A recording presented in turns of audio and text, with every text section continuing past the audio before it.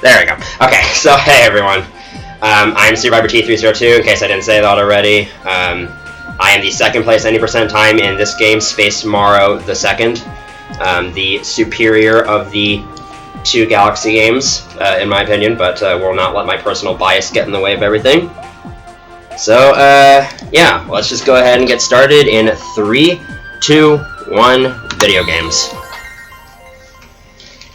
Alright, so because this is one of the Super Mario Galaxy games, and those games are infamous for their downtime, we're of course going to start off with 2.5 minutes of introduction. And we're basically going to be introduced to the main movement mechanic of this game right off the bat. This is what you probably think the Galaxy games are all you do as speedruns, long jumping. It's a pretty self-explanatory mechanic. So, within a minute of this game's story, we're introduced to the Master Luma here, and he goes into Mario's hat, and he gives us the ability to spin. And spinning basically is kind of the main mechanic of this game, because you can break objects with it, you can hit enemies, you can gain more height from your jumps, you can take every method of transportation in the game with it. You basically cannot beat the game without spinning. So, coming up here is the first trick of the run. It's nothing too significant, but I got it. So, what I did there is what's known as a slope boost. Basically, if you land on a slope like that with a high amount of speed, and then press A within the first couple of frames of landing on it, you'll get a little burst of speed, or you'll conserve your momentum as you're jumping. Unlike Galaxy 1, you cannot climb up slopes in this game, so there's not as many cool exploits you can do with slopes, but those slope boosts are pretty cool to watch. And yeah, the opening bit of this game is not particularly interesting, to say the least. We're just kind of mashing through some text boxes here.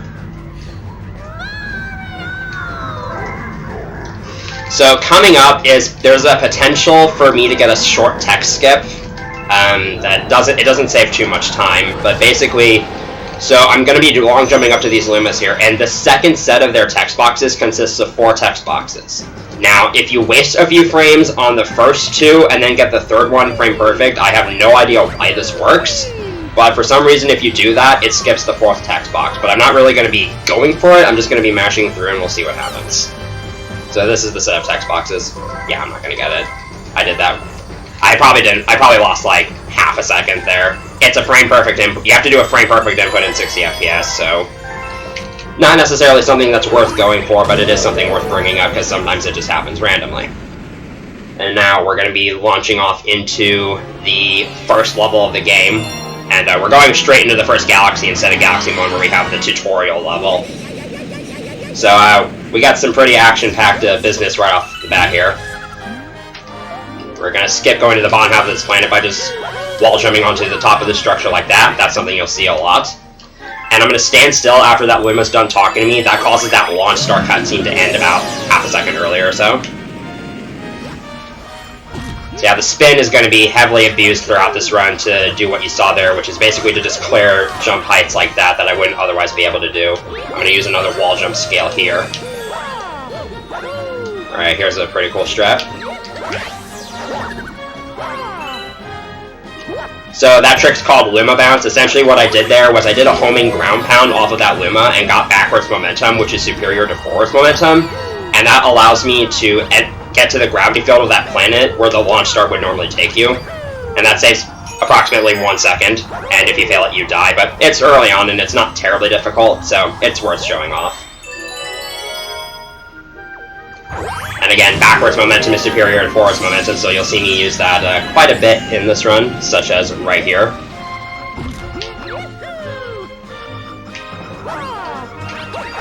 And now we're coming up on the first fight of the run, which is Kiwi Piranha. So, you're supposed to spin at Pee-wee's shell 2 or 3 times in order to break it, but you can just shatter the entire shell with 1 ground pound, and that's what I'm going to do here.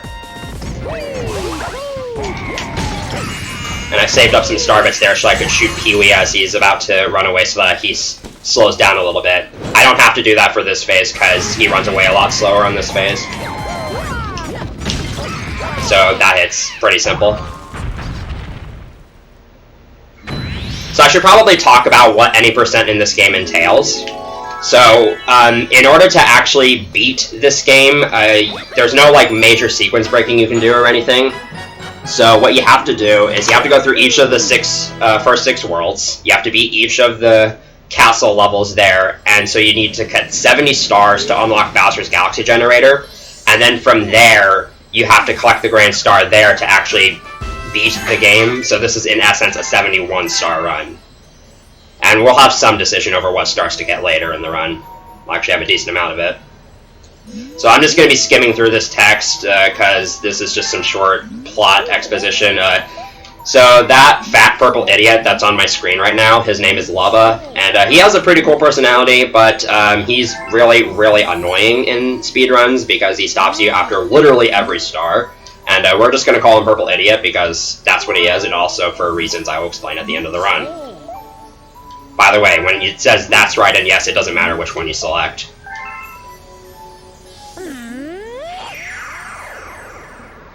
So, this is the hub world, which the Purple Idiot somehow used that 1 star to create. And this is Starship Mario, so there is a bunch of like unlockable interactive stuff you get here throughout the game, but for speedrunning, none of that matters. So my goal anytime I'm on here is to get to that yellow button to take me to the world map. And right there I held down after that text box cleared because that made Mario face the camera. That allows me to backflip straight to the button, because that's typically what I'm going to do if Mario's facing the camera, otherwise I'll just turn him around. Now, there will be some instances where the Purple Idiot will bring me to other areas of the starship, but we'll cross that bridge when we get there. So, one bit of tech that I'm going to be using almost every time I select a star, you're going to see it right here. So, whenever there's a gray star on the Star Select menu that I want to select, which is basically a star that hasn't been cleared yet, what I'm going to do to select it is point my Wii Remote off screen and then just mash A, and I'll select it automatically like that. There will be some times where I do have to manually point the Wii Remote at the screen, but those are few and far in between. So at the start of this level here, I have to do some pretty tight movement because I want to reach this first chain chomp on a very specific cycle. This should be good. Alright, I got it. That's a little tight to make. Your movement in this game's movement might seem rather simplistic, but it's actually very hard to optimize like most of the Mario games. Shoutouts to OddMe who found a way to skip that text box. That's pretty much task only. This planet, I want to have some pretty good movement because again the elevators in here are on cycles, and I don't really want to make any movement mistakes if I want to get the fastest cycle.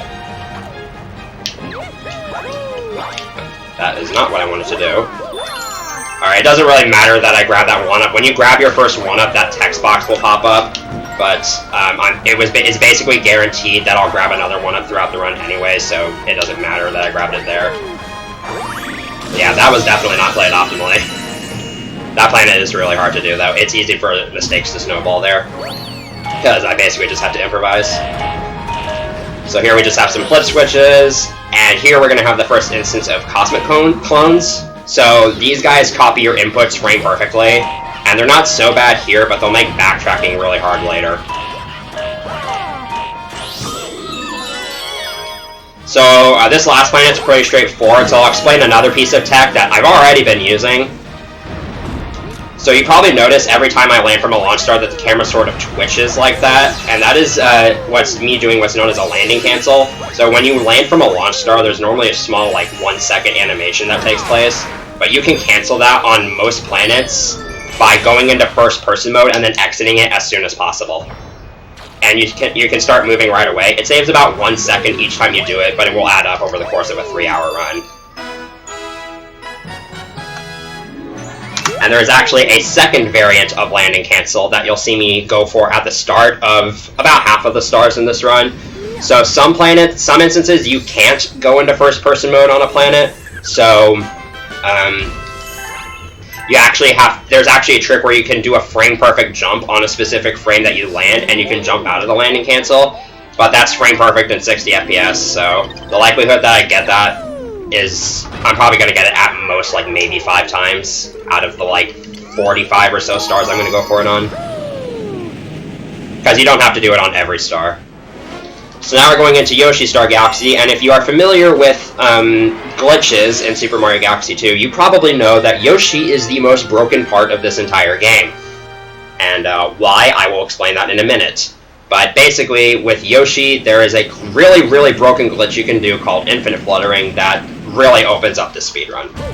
That's a jump cancel, by the way. That's what I'm mashing A for at the start of the level. So I'll explain Infinite Fluttering in a little bit, but for now there's a really difficult skip I'm going to be going for involving it. It saves about 20 seconds and loses 45 if you die.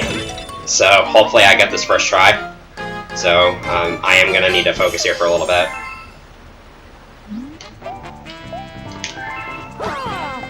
Yeah, here's Infinite Fluttering.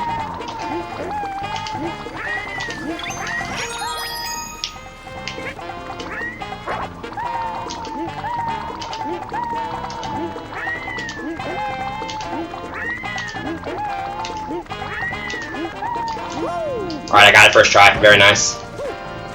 So the way Infinite Fluttering works, normally you can't do consecutive flutters in midair like that because there's a cooldown in between every flutter while you're on Yoshi. But Nintendo made the smart decision to allow you to crouch in midair, and this comes with the unintended side effect that it resets both the cooldown timer and the flutter itself. So it cancels both of those, and as you can see, you can just immediately begin fluttering again. And so you can use it to gain both height and distance, and do a ton of unintended sequence breaks. You can also use it to just access areas you're not normally supposed to access. When you're using Infinite Fluttering to gain momentum, like I was for that skip there, the best angles to hold are usually sideways while slightly moving in the direction of Yoshi's back, but after you're in the air for about 10 seconds, Yoshi will lose almost all of that speed and be reduced to a very slow crawl, which is why I actually dismounted at the end of that flutter. Because when you dismount off of Yoshi in this game, you maintain all the momentum you had going into the dismount. And so I use that to gain just a little bit of extra distance. And I'll be utilizing Infinite Fluttering pretty much every single time I get on Yoshi. And there's a lot more nuances to Infinite Fluttering than what I just described, and I'll probably get into a lot more of them later in the run when they become relevant. So Yoshi Star 2 has a really cool Infinite Flutter skip. So in Yoshi Star 1, I used Infinite Fluttering to skip a grand total of 1 planet. In this star, I'm basically going to be skipping the entire level the moment I get on Yoshi. This flutter, I'd say, is less tricky to learn than the first one, but there is an awkward camera change midway through that I have to accommodate for. This is a pretty cool looking flutter, though.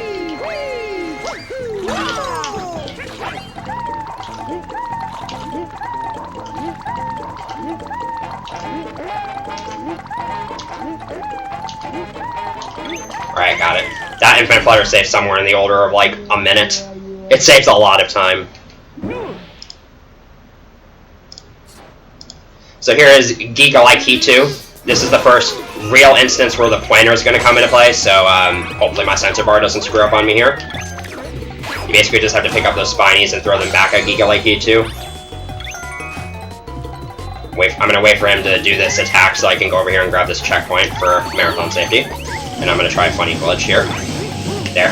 If you uncrouch and spin on the same frame like that, you get that weird sliding state. It's completely useless. Alright, so here I'm going to do a thing. Alright, I did the thing. So I hit both of those spinies once with Yoshi's tongue, then got the first one in Yoshi's mouth, and then threw it at Giga Like Heat 2, and then grabbed the second one before the third one made contact. I messed that up. So what I was able to manipulate the spinies so that I had that second one in Yoshi's mouth for the third phase, but I shot it a little bit early. So it unfortunately didn't get the hit to go through on Giga Like Heat 2, but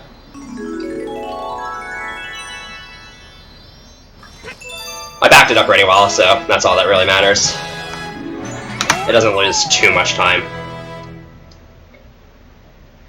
But now we can move on to sort of the main bulk of the game. Your path throughout the beginning of the game is pretty linear because you don't have a whole lot of options for stars you can do, but it starts to open up a lot more as we go through the game. So coming up next, we're going to Spin Dig Galaxy, where we're going to be introduced to the first of Mario's real power-ups, which in this case is going to be the Spin Drill.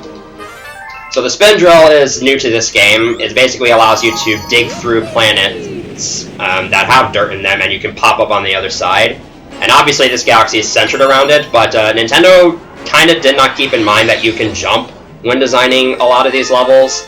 And so I'm able to skip the spin drill on a lot of these planets by simply just jumping to where I need to go, and it's kind of hilarious how that works out. So like here, instead of going out of my way to get the drill and drilling to this platform here, I'm just going to triple jump up to it.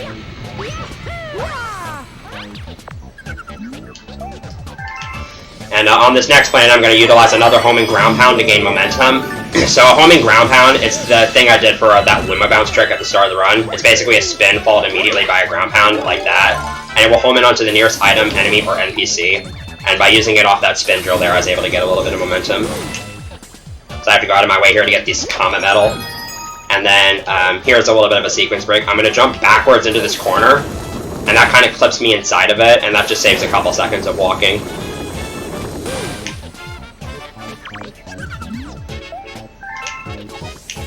So this next planet is relatively simple. So you've probably been noticing that I haven't really been collecting star bits, and I've been trying to avoid coins whenever possible. So whenever you finish a level in this game, or when you collect a star, if you have star bits or coins in your inventory, there's short little 1-second text boxes that will count each of them down, and I want to minimize the amount of time I get those. So I'm not going to be really collecting any star bits in the run unless I have to, such as for right here. Who needs to talk to Captain Toad? I can just shoot him in the face. Yeah, basically, I spit out star bits whenever I get them so that I can minimize those text boxes. So now here is Dig-a-Leg. This boss is the first major instance of RNG in the run, except it's not too much of a difference if you get good RNG versus bad RNG. So I'm going to be pressing up against him for the second and third phases, because I want him to actually jump on top of me. It's basically a 50-50 chance. Okay, I didn't get it, but there's a pretty easy way to back it up. Let me just stand still. So if he jumps on top of me, then he'll jump to the other side of the battlefield, and then he'll immediately become vulnerable, which can save a little bit of time over what I just got. So hopefully I can at least show it off once here.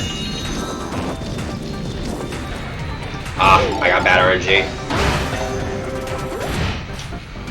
Okay, so I kept that one yellow Digga alive, because then he only spawned one more.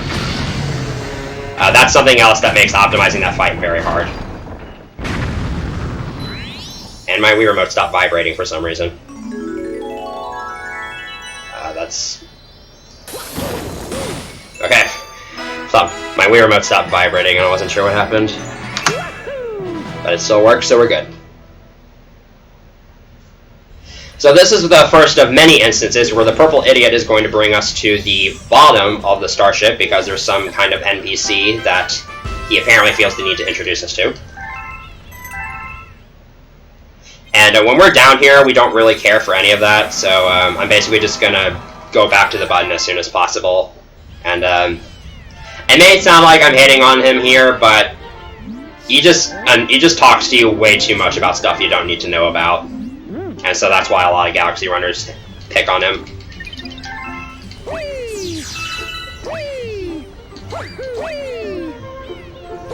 So next up, we're going to go to Rightside Down, which is kind of the first side galaxy that only has 2 stars instead of 3. So this galaxy is where you kind of get to play with the idea of changing gravity fields. So the gravity here can either be on the floor or the ceiling. And as you can see, there's arrows that dictate which way it is. And what makes this level pretty cool is that there's a lot of skips in this level that are simply due to convenient level design, and objects placed in really well-made places. So to start off here, we have this really cool backflip that I can use to get all the way down to the flower here. So I'm supposed to hit a lever here to flip the direction of gravity, but there's a conveniently placed item block right here, which I can just use to get all the way down there instead. Here comes the second slope boost of the run. Got it. And I'm going to skip another gravity lever here, after I bounce off that Goomba, by just using these elevators, which are, again, conveniently placed right next to where I need to go. So coming up, we're going to have the Fire Flower, and I'm going to be going for some pretty difficult box skips here. It's very easy to die when doing these. Alright, that's the harder of the two. So basically just skip breaking all the boxes by breaking one and then long jumping under the rest. That's really, really risky to go for because it doesn't take much time, and if you get crushed in this game, regardless of how much health you have, it's a one-hit KO. So you really want to avoid that. And here I just skip the rest of the level by just jumping on the side there. For the record, you are actually supposed to be able to go up there, and we know that because there's one-ups in the four corners.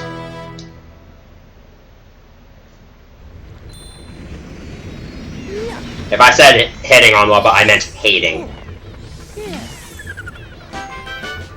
That was a really good Rightside Down overall. But now I'm actually going to be going back into the galaxy to get its hidden star, or secret star, as we so frequently call them. And for this star, I do need to manually point at the screen in order to select it. But thankfully, I could skip the level intro cutscenes here because I've already seen them, so I can just mash A through them.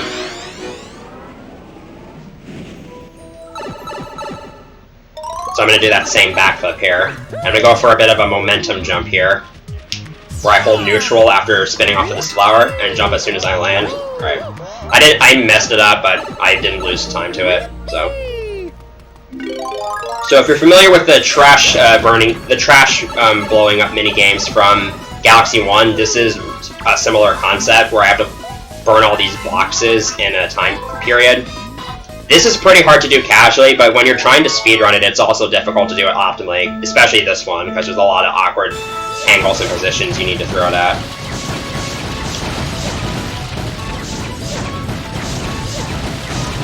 Alright, 12 is really good. The best you can get on that minigame is barely a 14, so 12 is actually really good. That's around average for me. And that's it for Rightside Down.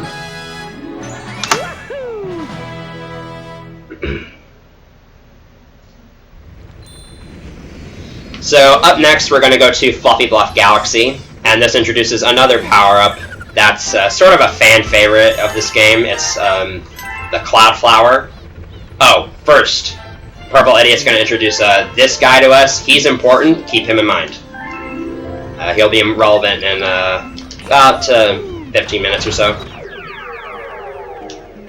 So the thing with the Cloud Flower in this game is that it has its own set of broken mechanics that can make for some pretty neat exploits every time I get to use it. So for this first star, I'm actually going to do the secret star first. I'm going to be collecting 100 coins to feed a hungry Luma. This is actually the first hungry Luma in the game, and it requires the most coins, funnily enough. But there's two really easy areas to get a ton of coins in, so the routing for this works out really nicely. Funny little trick coming up here. I'm going to try long jumping into this Cloud Flower, and that causes Mario to turn around and face the camera, and I get some backwards momentum to the pipe there. So I have to be really quick on my feet here, because if I let these timers run out for these coins, then I have to abandon this mission. And each of those three clouds that are following me represents a platform I can create by spinning, which allows me to cross distances I can't cross otherwise. Some intended, some unintended.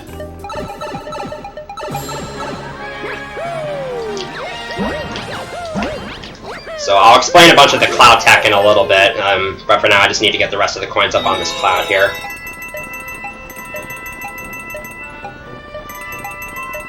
I have to be careful again to not miss any of these. Okay, we're good.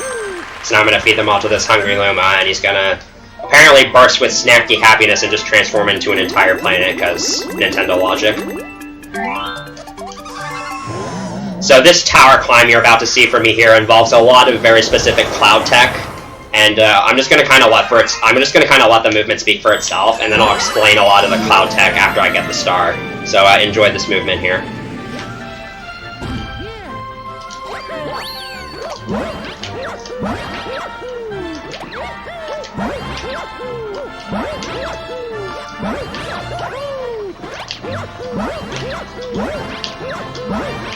Alright, that was pretty good.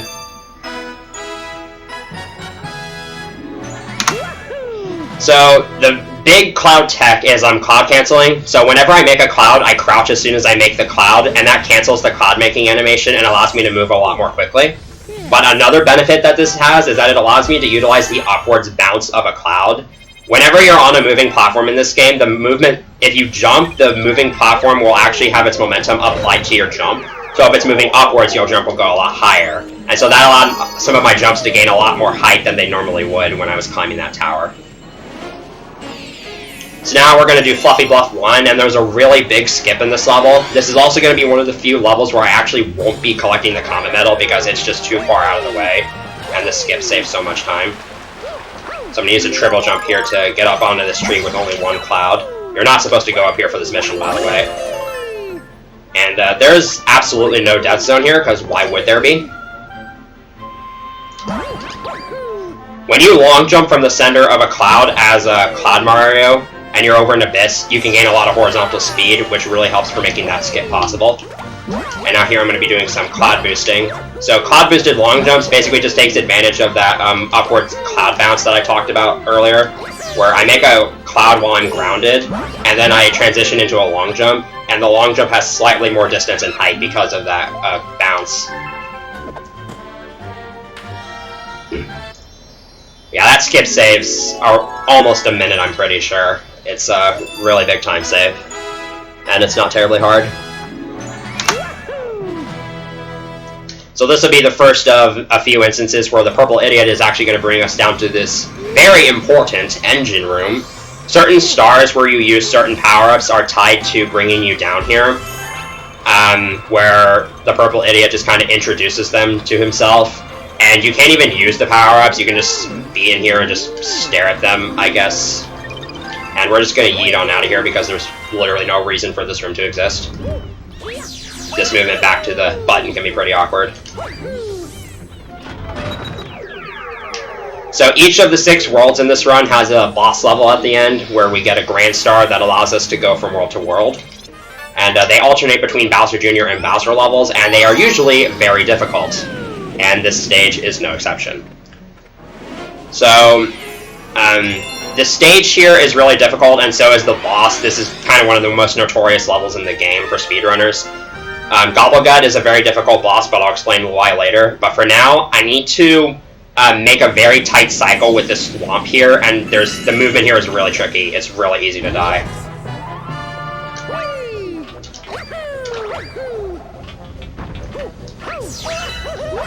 We should be good.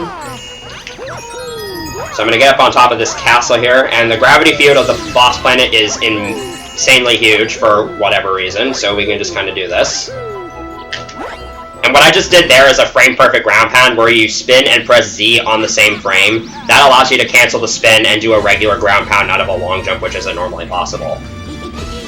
So the premise of Gobblegut here is you're supposed to let him bury his face into the ground, and then you attack each of the bellyache bulges as he passes by, but you can actually attack him while he's in the air. And with this strat I want to do, you basically have to have everything go perfectly, or else you're going to lose a tremendous amount of time. So here I'm going to hit bulges 5, 6, and 1 in order. Right from this first long jump, it's hard.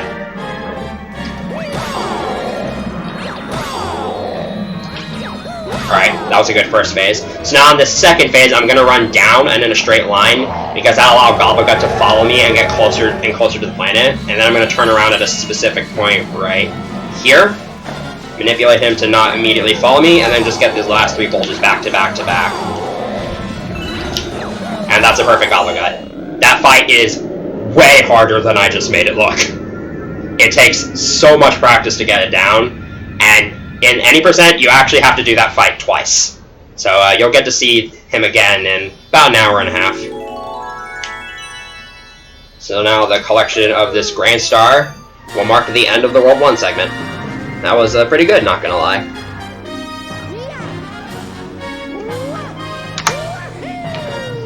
Now, unfortunately, because the Galaxy games have so much downtime, we do have to spend a lot of time waiting in between each of these worlds here. We have this cutscene where the next world is opened up. Yeah, in case you haven't noticed, part of the reason why this run is so long is just simply because of the downtime. There's usually anywhere between like 45 seconds to a minute between stars, on average. which is kind of a deterrent for a lot of runners because it makes the run longer than it needs to be, but it can be nice to have downtime in a speed run like this, especially when the levels themselves have a lot of high-stress moments. It's just more reasons for the Purple Idiot to waste time for us. So the World 2 segment in this run is actually the shortest segment in this run. We're only in here for a little over 20 minutes, optimally, and we only get 7 stars in this segment, including the Grand Star. But there's some pretty interesting stars here.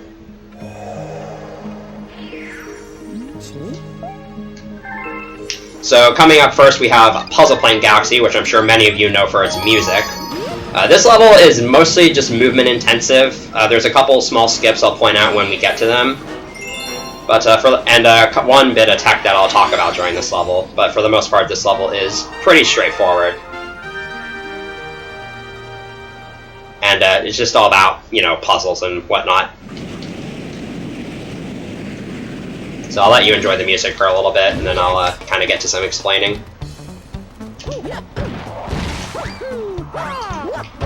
So on this next planet here, I'm going to skip going to the bottom half of the planet by just backflipping to this launch star. Now would be a good time to talk about spin heights. So when I'm doing most spins, like this one, I'm actually holding A, because that causes you to get slightly more height out of your jump. In addition, if you're playing as Mario, you actually want to be spinning with the Wii remote, because you gain more height than with the nunchuck. And it's reversed with Luigi, and of course they never explain this anywhere. That was... Okay. I was supposed to do a triple jump to skip that, but I backed that up, interestingly. This section's really scary because it's easy to get hit by one of these buzzsaws and just get knocked off the edge. Alright, we're good. And in this game you have to hit physical checkpoint flags, otherwise if you die you'll get sent back a huge distance. So this last planet is really, really weird because of the way the gravity works. Sometimes when you ground pound these puzzle pieces, you'll actually hit them more than once in a single stomp. We have no idea why this happens, and it didn't happen there, but it's kind of rare that it happens for me, but it can save a little bit of time. Now it's still relatively clean. And now I just have to fight this mini-boss from Galaxy 1, which is incredibly difficult. Also, we're killing a family because Mario has no regard for animal life. Hence why he dumps Yoshi in pits all the time. By the way, in case you're worried, every time I dump Yoshi in a pit, he doesn't actually die. He just transforms into an egg at the death barrier and then respawns somewhere else. So I am not actually killing Yoshi whenever I jump him into pits. But we can pretend and say that I am, because, it's fun to some people. Yoshis are, in fact, tools to be used and discarded. And speaking of Yoshi, we're going to be using him a lot in the next level, after we get interrupted again by the Purple Idiot. Although, to be fair, this is actually a pretty important part of the speedrun, the Grand World Map. So, whenever I need to go from an individual world to another world, instead of having to backtrack all the way through every single world, I can just use the Grand World Map. So let's say I'm in like World 5 and I need to get to World 1, I can just open up the Grand World Map and go straight from World 5 to World 1. I'm not going to be world jumping until midway through World 3, but it will be used several times because I will need to do some backtracking sessions in this run. So in Hightail Falls, we're introduced to the Dash Pepper, which whenever Yoshi eats it, he runs really, really fast because his tongue is on fire. And also, he can climb up vertical walls because yes. I'm also going to be collecting Starbits in this level because I can't really spit them out while on Yoshi, and since there are a lot of Starbits in this level, I can't really avoid them, so I might as well just collect them while I'm here. So here we go with the Dash Pepper. So now we're zooming. And this effect actually does persist between launch stars, unlike most power-ups, so I'm going to try to keep this effect going for as long as possible. So I'm going to be taking this left path here, which is a lot riskier, but there's an extra Dash Pepper here that I can use, just to kind of prolong its effects.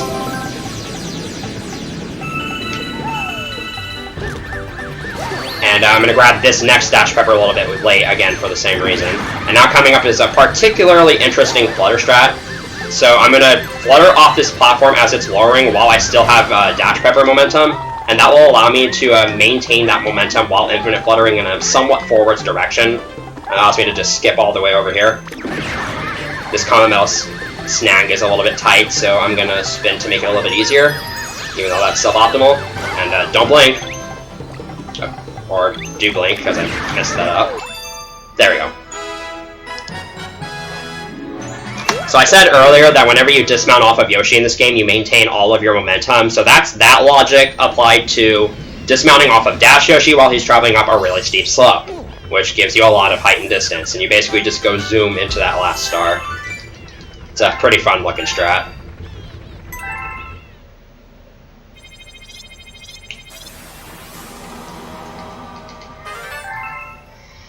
Now we're going to be off to somewhat of a calmer level. We're going to be going to Cosmico Galaxy. And this level might seem particularly uninteresting for speedruns, but there is actually a lot to keep in mind with this level. Especially for the way we're going to be doing it in any percent. So, I'm actually going to be doing a little bit of multitasking during Cosmic Cove 1, because while I'm getting to where I need to get to, I'm also going to be collecting 15 coins to feed the Hungry Luma in this level. So to start here, I'm going to take a quick little detour to this Koopa Shell and to get these star bits. Because these worm enemies, if you kill them after shooting star bits at them, you'll get coins, otherwise you'll get star bits, and I want to do that twice in this route. So if you're familiar with Galaxy 1 speedruns, you probably know that in that game you can just kind of spam spins underwater. You can't do that in this game because there's a cooldown between spins, so taking the shell is sort of your next best bet, because it's a bit more optimal than just spamming spins underwater and doing it really slowly. Surface swimming also doesn't exist in this game, but technically it does exist, but it can't really be utilized. Thankfully though, that means you have to do significantly less exercise whenever you're underwater, which is really, really nice. Also with the shell you can do these cool little jumps out of the water like I'm about to showcase here.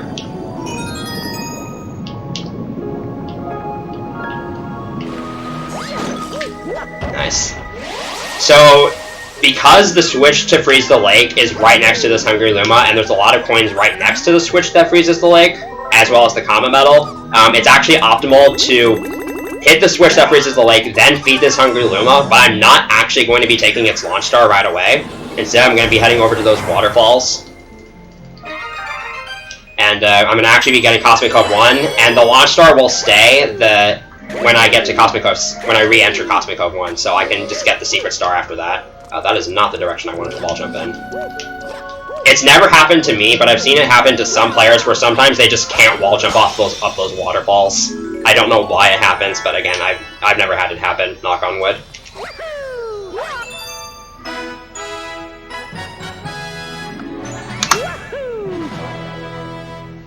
And now it's time for one of the most important parts of the run. So, I mentioned earlier that for the most part, whenever I want to select a star, I'm going to auto-select it by pointing my Wii Remote off screen. This is a situation where I really don't want to do that, because if I do that here, I will auto-select Cosmic Cove 2, and I don't have access to the Hungry Luma in that level. So I would have to sit through the level intro cutscenes, and then wait for Mario to land, and then I'd have to exit out. But as long as I just remember to select Cosmic Cove 1, that will not be a problem. So I will have to, again, manually point my Wii Remote at the screen here to get this. And we just saved like 30 seconds.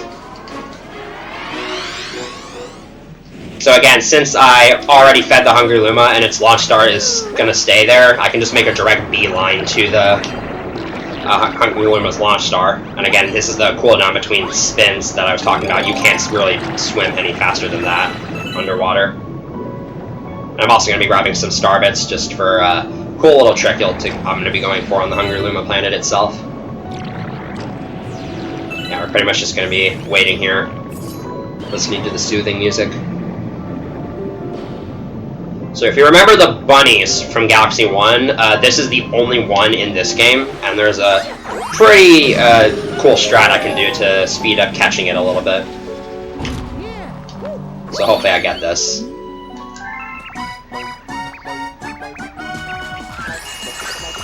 Should be good. Nice, we got it. So you're supposed to head over to that blue switch and ground pound it to freeze the lake so you can skate to catch the bunny. But if you just shoot it with starbits there, for some reason, it just runs the wrong way, and you can use that to catch it a few seconds faster. It's a pretty cool time save. But it is pointer dependent, so that's why it can be a little bit annoying. So remember that Toad I mentioned was going to be important later? This is where he is important. That is the Bank Toad. And basically what this Toad does is you can deposit starbits into him in one save file, and you can withdraw those starbits in another save file. So this is sort of a New Game Plus sort of thing. And these are the starbits I'm going to be using to unlock all the Hungry Luma galaxies so that I don't actually have to collect any starbits at any levels. And I need roughly that many. And the process for unlocking Hungry Luma galaxies does take quite some time, even especially when there are other stars you can do. But most Hungry Luma galaxies offer really, really fast stars, so they are worth going out of the way to get. And the same reason why I'm collecting a lot of Comet Medals to unlock Comets, even though some of them are out of the way, because a lot of the Comet stars are really fast. And I'll get more into Comets in World 3 when they actually start appearing. And this first Hungry Luma galaxy is actually kind of a perfect example of stars being worth it to spend some time unlocking. Because this first star I'm going to do, the Secret Star, is, I'm pretty sure, the fastest non-green star in the game. Because there's just a little wall jumping section right at the beginning of this level. And I'm just going to, again, let this star speak for itself, and you can enjoy the movement. Because this is a very cool looking level when executed properly.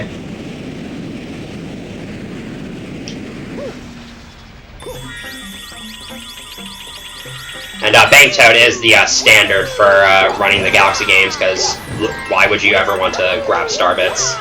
Because that just takes forever.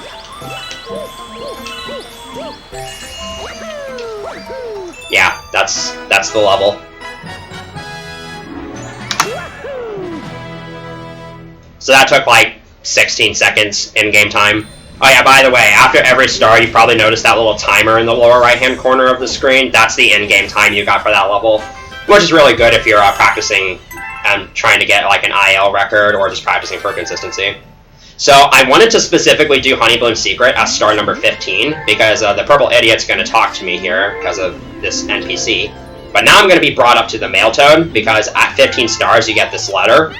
And so this saves a few seconds of travel time, and I'm going to utilize a similar Male Toad warp later in the run. But now we're going to be doing Honeybloom 1, which actually wasn't in the any percent route, but a little over a year ago, it was found that doing this star allowed for a lot of world map optimizations that can save up to about 20 seconds.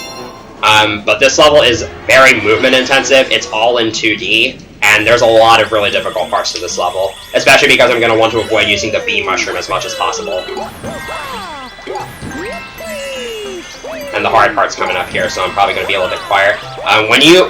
If you don't have the bee mushroom or the cloud flower, you can't normally stand on these clouds and flowers, but there's a few frames where you can jump off of them, and I'm going to be using that here to try and skip the bee mushroom in this section. This is one of the hardest sections of the level. Alright, that jump's very, very scary, but it saves a lot of time if you can get that. So now I actually have no choice but to use V Mario here, because I need him to get through this section of the level, even though he is very, very slow, as you can see. But I'm going to intentionally take damage off this Choppa here so I can lose it, and I can make it through this section a little bit faster. This section's kind of the last tricky section. Right, that went really well. And the rest of this level is just kind of flying around with the bee mushroom. There isn't really much to say about it. This star replaces Supermassive 1 because you can skip the level intro cutscenes, which kind of negates the time loss you would get from doing this level over Supermassive 1, because it is slower in-game time. And also, it skips 2 different world map cutscene events that would normally occur if you got Supermassive 1, along with its Comet Metal. And it also allows me to finish World 4 a Comet Metal short, so I can skip a Comet Spawn cutscene by pairing it with a Grand Star. But again, this level is relatively difficult to do. That was really good, though. That's basically about as good as you can ask for.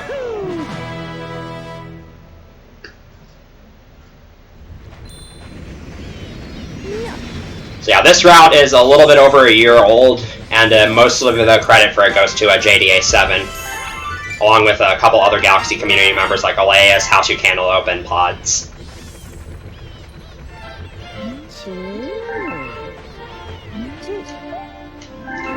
So now we have enough stars to access the World 2 boss level, which is our first Bowser level of the run. So this is going to be Bowser's Lava Lair.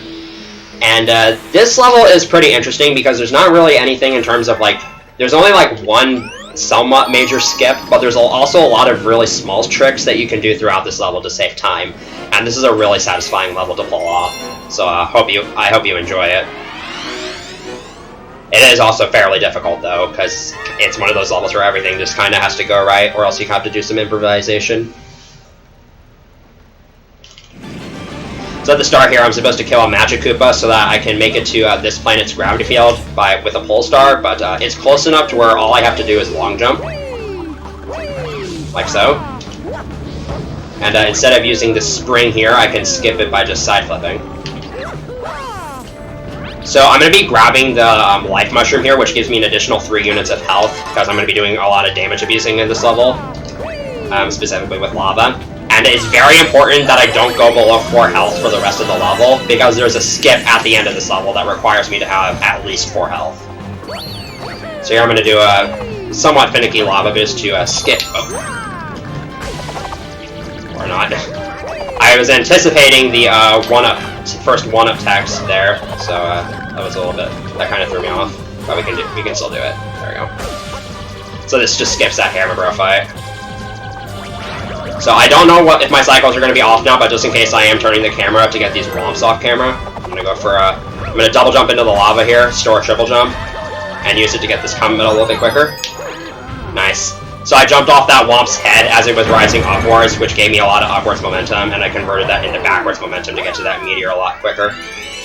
So now we're coming up on the skip that I needed 4 HP for. So I'm going to skip a couple of Snake Block auto-scrollers here by just lava boosting, and this is what I needed 4 HP for. So I bounce on that first statue, and then I can regain control when I hit that second statue. That's actually an intended mechanic in this game.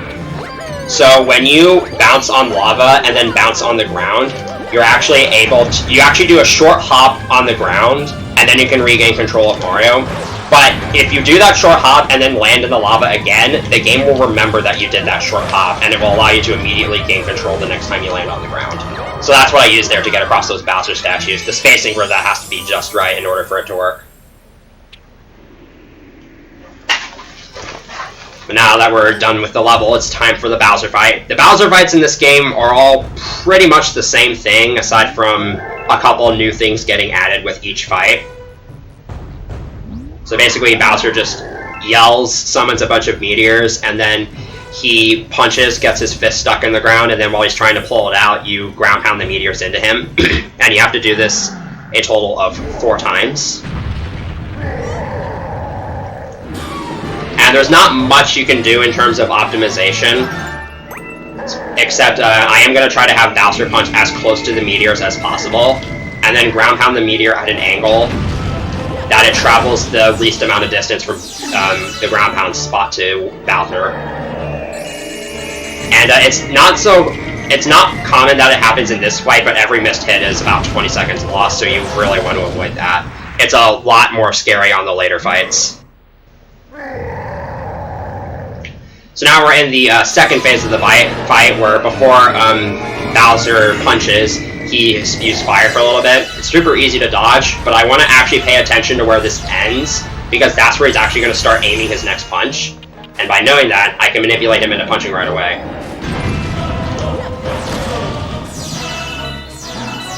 Although it does make setting Bowser up a bit trickier, because sometimes his fist can be really far away from the meteors, and so you might have to like move him a little bit closer, or else ground pounding is going to be pretty difficult.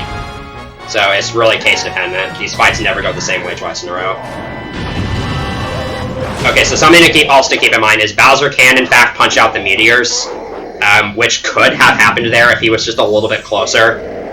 But fortunately in that fight you have a decent amount of time to head to another meteor and ground pound it into Bowser. It gets a lot tighter on the later fights.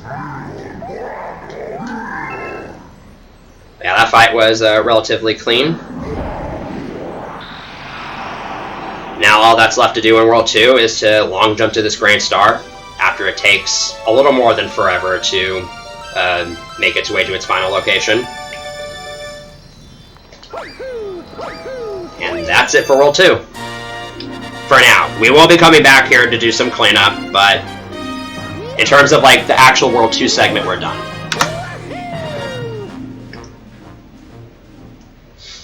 So now I would say we're really getting into the sort of the hard part of this run, because Worlds 1 and 2 they are filled with some pretty difficult strats, but that's early game. You can reset if you want. Once you get to World 3, the risks become a lot higher because there's usually a lot more difficult strats and mistakes are a lot more costly.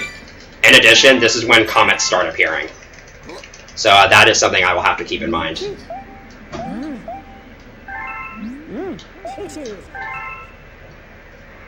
Yeah, we just gotta sit through this cutscene again, because downtime is so much fun.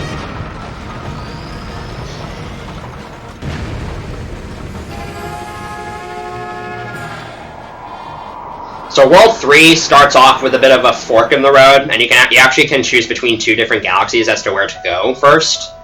And so I'm actually going to be taking the bottom path first.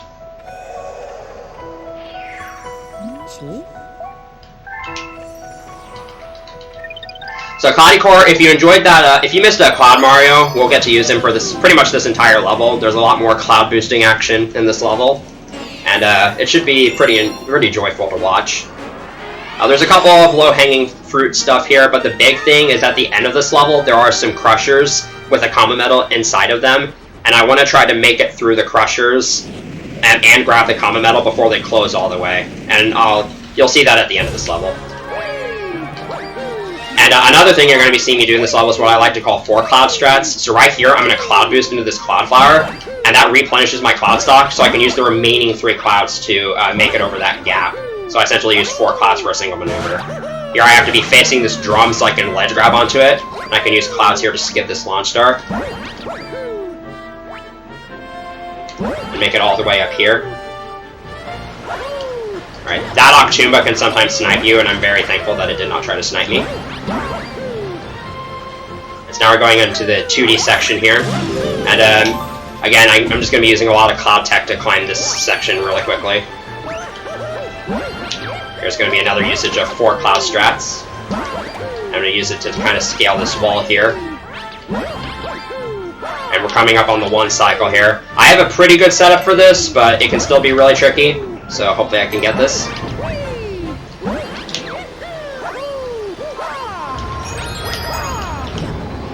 Alright, we got it.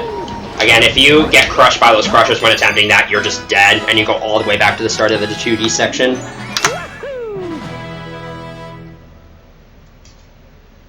Well, that was a pretty clean level overall. So up next we're going to be going to Freezy Flake and doing the secret star there. This is where I get to have a little bit of fun with you guys in the chat, because I know I haven't been talking to you guys that much. So Freezy Flake's secret is a battle with that chimp you saw in Fluffy Bluff 1, and where he challenges you to a minigame where you have to beat his high score. Now, the minigame duration timer is fixed, and there's no way to stop the timer early, and it doesn't lose time to go for as high of a score as you can get. So, if you want to guess what score I'm going to get, you have to guess anywhere between 500 and 900 points, and you can only guess in multiples of 10. So stuff like 560, 630, and 710. And my rules are, whoever gets it exactly right or is closest, and it doesn't matter if you overshot it or undershot it, whoever's closest wins. But of course I actually have to make it there first. Nice, that early fireball is really difficult to make. So the entrance to the minigame is in this tree here. You have to burn it with the fire flower. And And for the most part, this minigame isn't terribly difficult. You just gotta skate. First thing I'm going to talk about is I'm actually, just to show it off, I'm going to be skating backwards. If you just press Z while you're skating, you can just start skating backwards. And it doesn't have any influence on the controls, but it looks cool. So, the way the patterns here work is that the patterns themselves are the same every time, but they can be rotated one of 3 different ways. But once you have one rotation, it's set for the pattern is set for the rest of the minigame, so it's really easy to memorize the patterns. And it eventually just becomes muscle memory once you've done this enough times. So yeah, I've already made the high score, but just for fun, I'm gonna see how high I can get. My record in this is like somewhere in the lower 900s, I'm pretty sure. Alright, so whoever either guessed 850 or was closest to 850 would have won.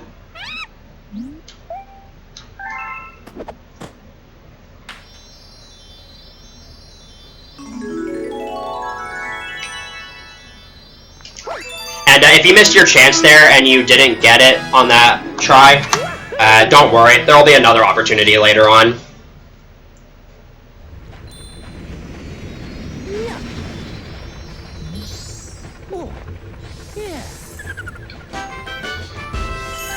So, before we move on, there's one more star I want to collect in Freezy Flake. And that's going to be Freezy Flake 1. Technically, Freezy Flake 2 could be done fast enough to do it any percent, but no.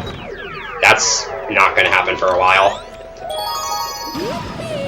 So, the main thing with Freezy Flake 1 here is that I'm going to be on some pretty tight timers for most of this level. Mainly due to the Fire Flower.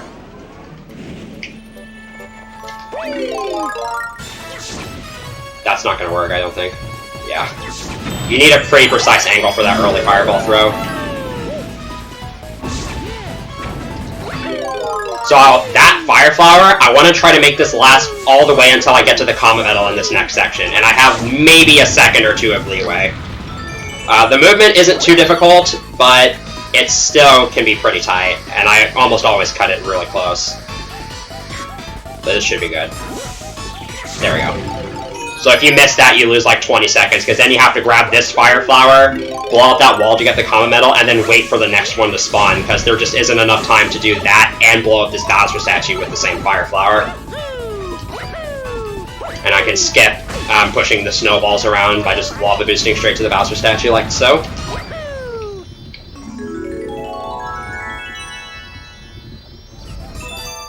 And that's that level. Pretty straightforward. So because I just got my 3rd star from World 3, we're going to get a visit from a somewhat special person. You probably know who he is. But unfortunately, we're not going to see too much of him in this run. Until the perfect run, since that incentive was met. Thank you to everybody who donated. So say hi to Luigi. And now say goodbye to Luigi, because we're going to ditch him. So from this point onward, Luigi will start appearing at the start of various levels, and I can talk to him to switch to him, to playing as him for just that one level, but I'm never going to do that in this run, because it takes too much time to talk to him beforehand. Even though he is faster, he does run faster and jump higher than Mario, he both talks to you beforehand, and he talks to you after you've completed the level, so for any percent, he loses too much time to be worth switching to. You can only switch between them freely in post-game, but we're not going to do post-game in this run. So at the start of Honey Halls 1 here, I'm going to turn the camera a few times, because when moving platforms and objects aren't on camera, they don't move. And so I'm basically manipulating some platform cycles to try to make a platform cycle I couldn't otherwise make. It only saves a couple seconds at best, and it's kind of tight. So doing that just makes it a little bit easier, but even then it's still pretty tight, and it's this cycle right here. And this does come at the cost of a checkpoint, so I have to be pretty careful. Now, those two platforms are based on cycles, but this and the next platform actually start moving once you enter a certain radius. So they're not influenced by cycles, and again, because you can long jump in this game, you can skip waiting on most of them. And now this Comet Metal platform, I believe, if I remember correctly, it stops moving as soon as you enter the launch star, so only your movement up until then matters. Right, these Octomoves are really scary. They can knock you off super easily. And we get Yoshi in this last section, so take a guess as to what's about to happen. This Bulberry, by the way, it just illuminates floors underneath you that otherwise don't exist, but we don't really need it.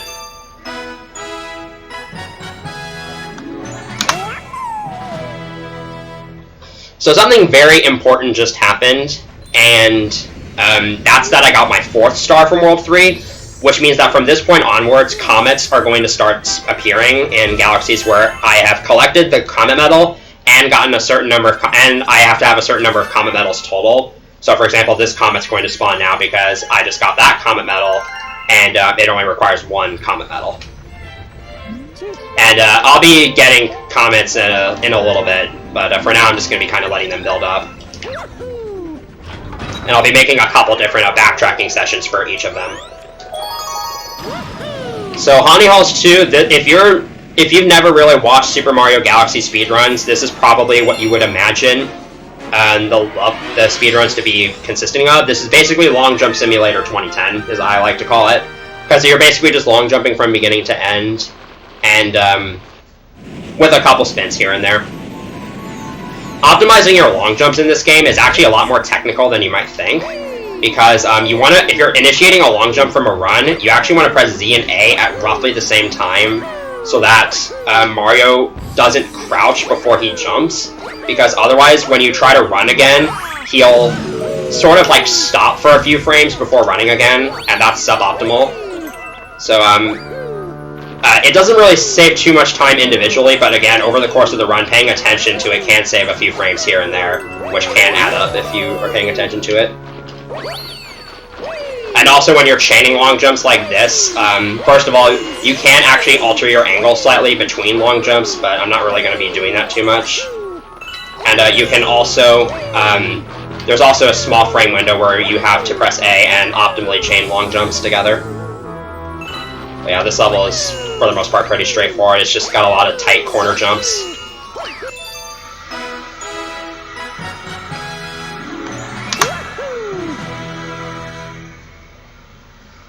So yeah, that's a bunch of long jumps.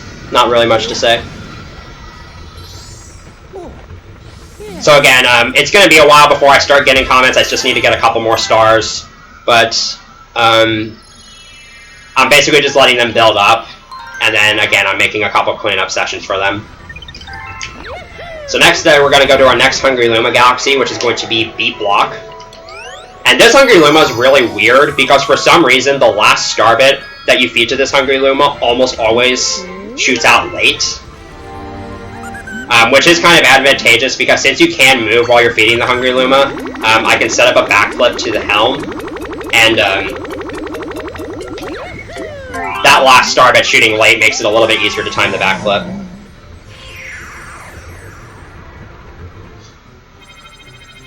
So Beat Block has a pretty cool gimmick where there are yellow and green blocks that will switch every 8 beats of the song. So this level is very cycle-based, and also kind of a bunch of long jumps. But I actually have to be paying attention to my long jumps here and make sure I'm doing them optimally.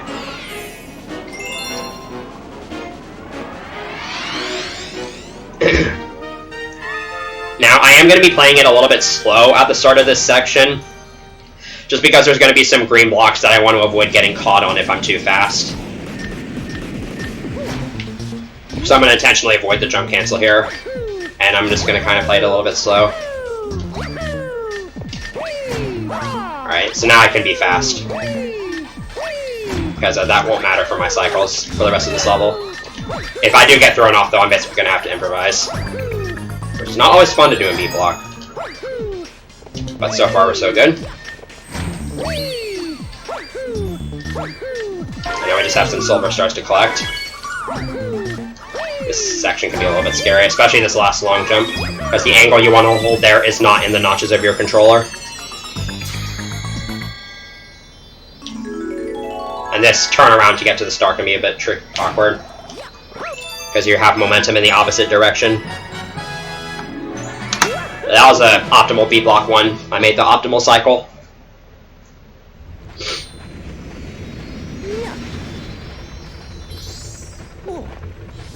So the last star I'm going to get before I begin my Comet session is going to be Tall Trunk 1. And this is a pretty overlooked level, I think, because there's a lot of really cool tricks you can do in this level. But it's a really satisfying level to pull everything off in, but it's also a very challenging level to get consistent at. So hopefully everything goes smoothly. This is another level that can snowball if mistakes start happening.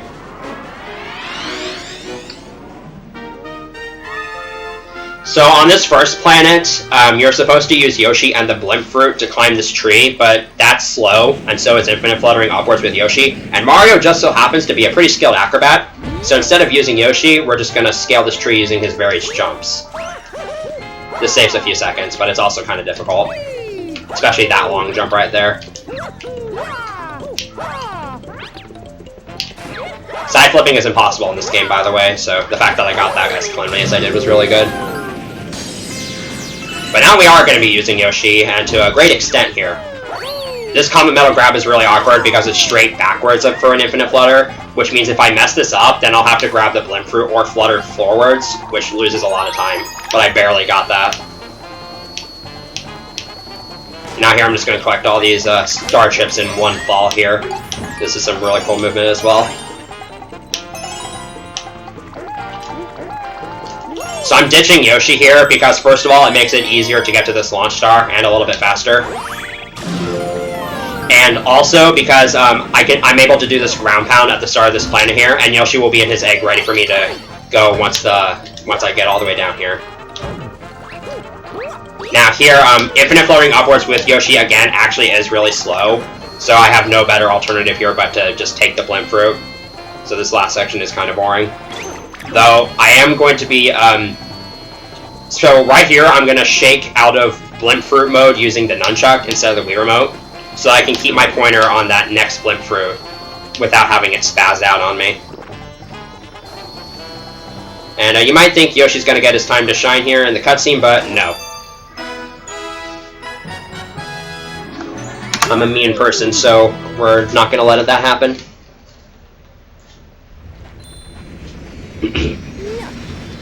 Alright, so now I'm finally going to start getting some comets.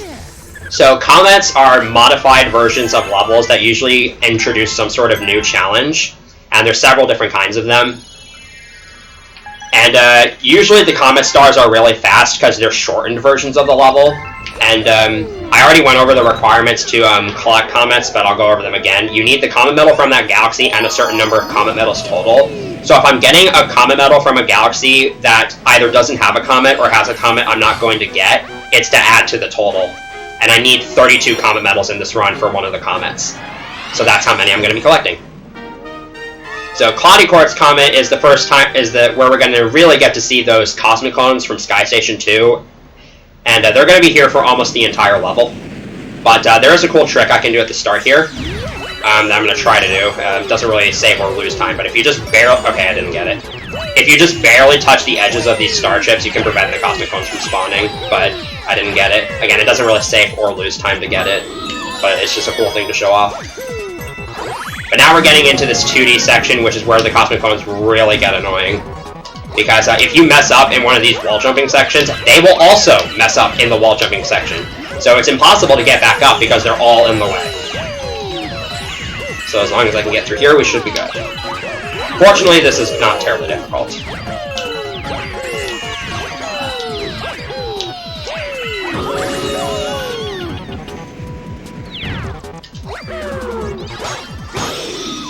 So yeah, that level, again, is pretty simplistic. It's pretty easy once you sort of figure out what you're doing, but if you let things get out of hand, it can snowball.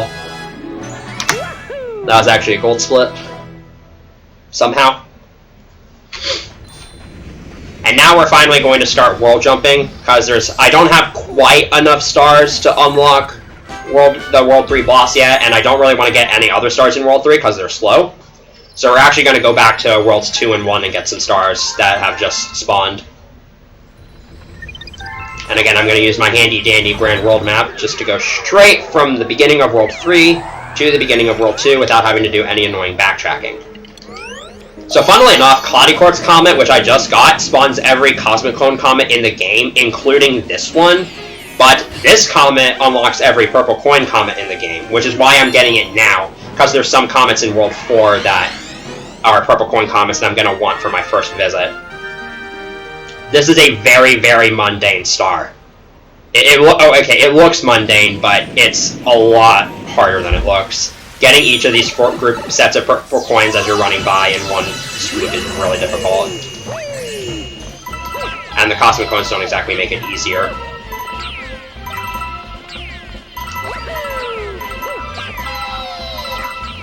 So I'm going to be doing a few bunny hops throughout this level, just because that does speed Mario up a little bit as opposed to just running.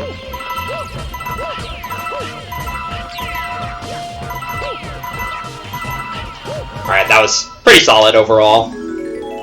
Had a couple of minor flops there, but overall really good.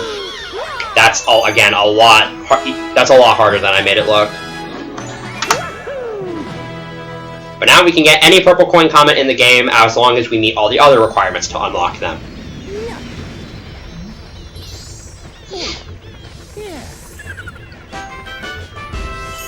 So now I'm going to head to World 1 and get a couple of comets, as well as a Hungry Luma Galaxy that I didn't have the star bits for earlier. Because I didn't have Bank Toad then.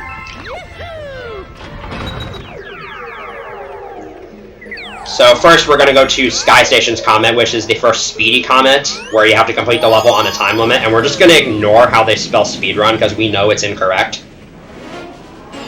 But this Galaxy 2 adds a twist to some of the speedy comets, where so you have like 20 seconds to complete the level, which is obviously not enough, even though this is a shortened version of Sky Station 1, but I have to collect clocks throughout the level that add 10 seconds to my time. So I'm going to be doing that throughout most of this level. I'm going to go out of my way to collect some clocks whenever I need to. But as you can see here, I skipped like 3 planets in this level, because this is the only other planet I'll go to before Kiwi Piranha.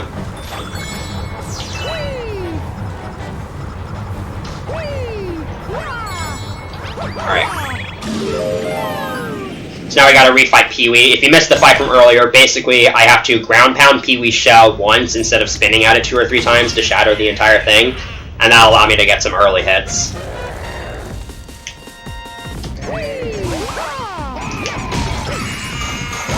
So there is actually a soft lock that can happen on this fight. If you shoot Peewee with star bits right before it transitions into a cutscene, then the cutscene just never starts, and you're unable to interact with Peewee in any way.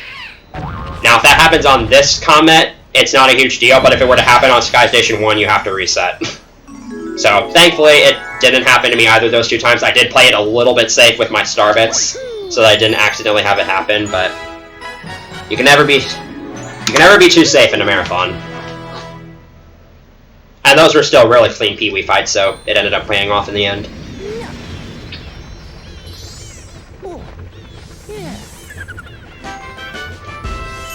Up next on the agenda is going to be Yoshi Star's Comet, which, weirdly enough, does not have Yoshi in it at all.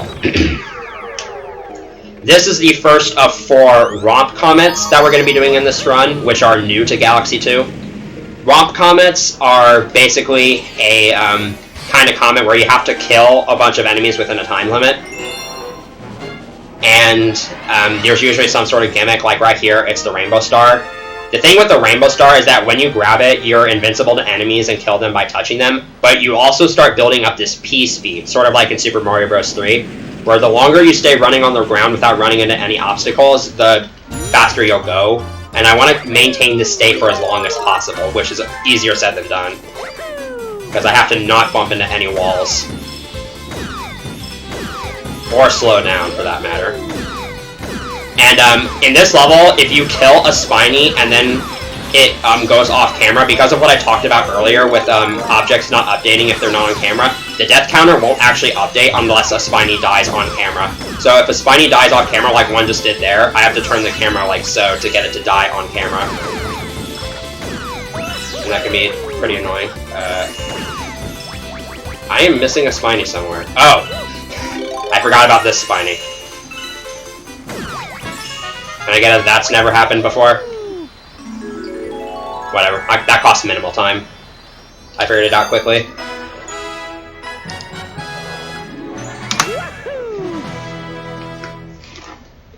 Again, at least I figured that out quickly, because that was a little interesting. I thought a Spiny died off camera that I didn't know about.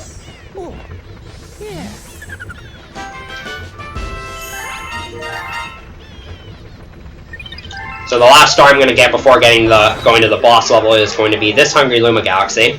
And the reason why this needs to be the last star for this route to work out, because I can have its Comet Spawn cutscene get skipped by having it overlap with the next star I collect, which is going to be a Grand Star, which initiates a whole different cutscene.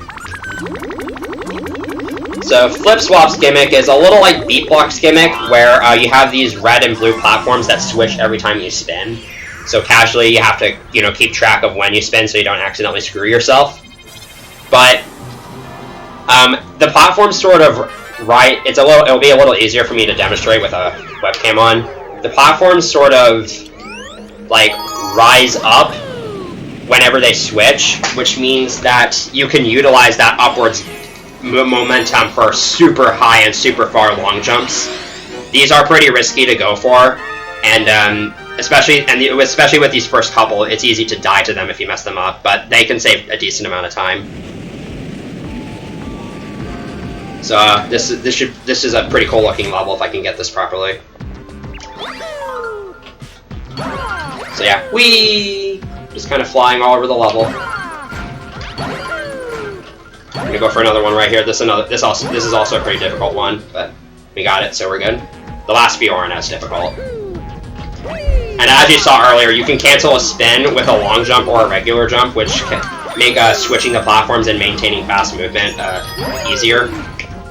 I'm also going to use that right here to get a jump off this platform as it's rising up for like a mini super jump. So yeah, that was a perfectly executed flip swap, pretty much, which is really, really good, especially in a marathon. So hopefully that level was entertaining to watch.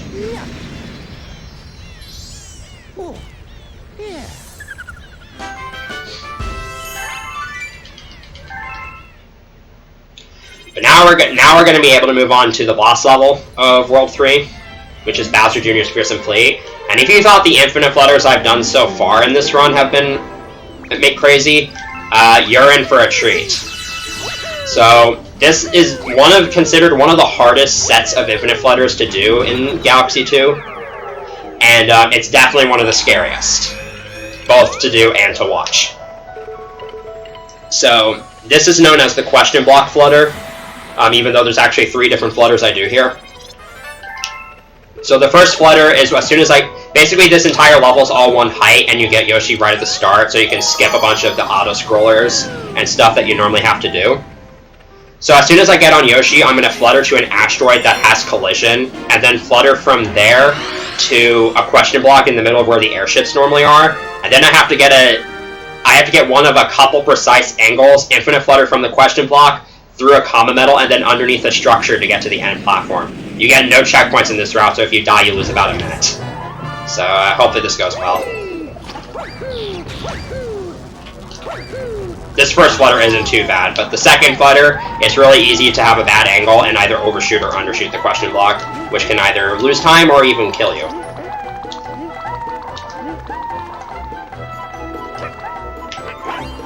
But this is looking good. And now for this question block flutter, I'm going to need some time to set up the angle here, so I'm going to be kind of quiet here. This is the hard flutter.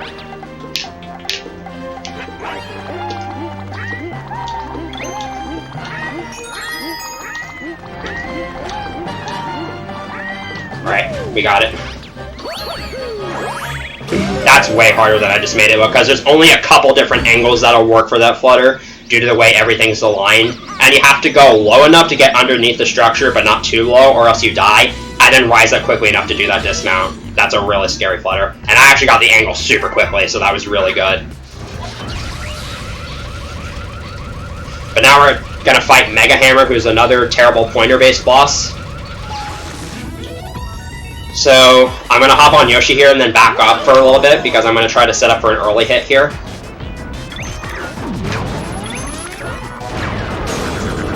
Like that. Now, I don't actually want to do that for this second phase, because I want to cancel one of Megahammer's attacks. I'm going to wait here. And then fire right about now. So when he's shaking his hammers there, he was getting ready to smash them together, which would have cost time. And so when now I'm at the backside, I'm going to lure 3 bullet bills here. And I'm going to use 2 of them to take out this back weak spot. And I'm going to get 1 in Yoshi's mouth and then get close enough to Megahammer that this bullet bill should hopefully stay in my mouth after the cutscene. And now I can just do a side flip and a full flutter. He's supposed to lower his head here so that you can hit this cockpit, but a side flip and a full flutter is enough to reach it. And the hitbox still exists for some reason.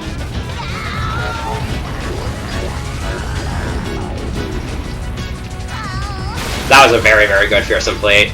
That's a mid-game, this level is a mid-game run ender, so I'm really happy it went as well as it did.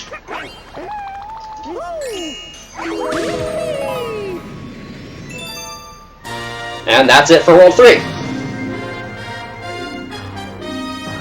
So overall, I'd say that went pretty well. But we still have 3 worlds worth of content to go through, and we're not even technically, we're almost halfway through this run, but not quite. And it only gets more difficult from here. Because World 4 has a pretty straightforward route to it for the most part, but a lot of the tricks in World 4 are fairly difficult to get good at, and most mistakes in World 4 result in deaths that are extremely costly. It usually takes a lot of practice to get good at some of these strats that I'm about to go for here. But if done right, everything will look amazing, so let's just do everything right.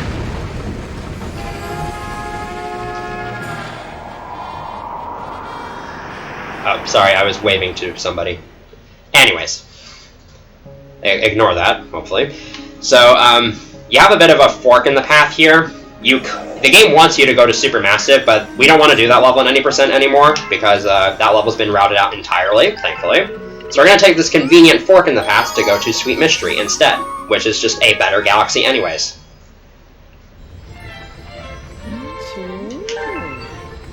And if you remember how the last level was a bunch of infinite fluttering, this level's more or less the same, except it's not as scary. You get Yoshi right at the start, and the level's all one height, so you can just do a bunch of infinite flutters to travel the level at faster speed than normal. The IL strat for this level is insane, because if you bounce off of an object during infinite fluttering, it actually resets that 10-second timer I talked about. And so you can essentially complete this entire level in one flutter by bouncing off various objects, but it's insanely difficult. So you're not going to really see me going for any of that. But the strats I'm going to do still look pretty cool. And it's still really fun to do. This first flutter, however, I am going to be doing with a somewhat blind angle, because I'm not going to be turning the camera, so hopefully I get a good angle here. And it's also not in the notches of my controller, so that's fun. I think this is good. Alright, I can make this infinite flutter go all the way over to the Comet Metal here. That was the goal. And now again, I'm just infinite fluttering to skip over the platforming I'd otherwise have to do.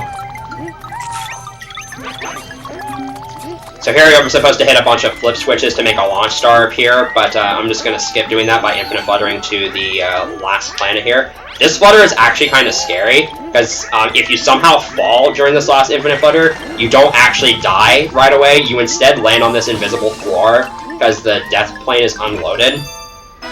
And so you have to spend like 20 additional seconds finding a ledge you can fall off of, and it wastes a lot of time. That was a really well executed level, so we're good. And we're going to be kind of going back and forth between this level and Flipsville Galaxy for a little bit.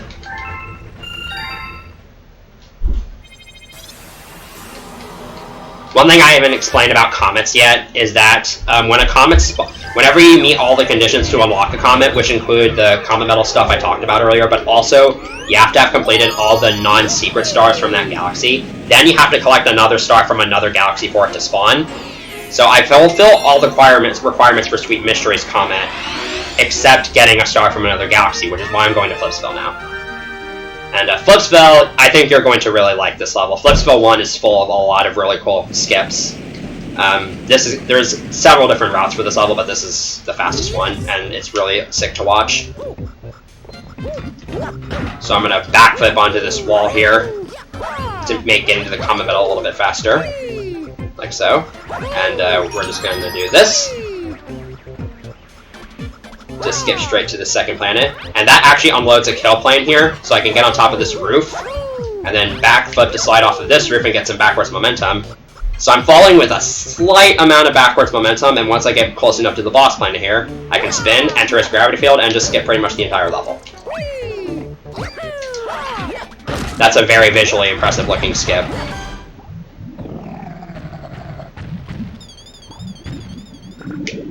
And now I get to fight Glamdozer, which is not a particularly hard boss if you know what you're doing. And there's a pretty fast strat for this too. So Glamdozer's entire body is vulnerable, so I can just camp out underneath its chin and wait for it to become vulnerable and then just ground pound right away. And I have visual cues for when to jump and ground pound, so I can get the hits almost as optimal as possible.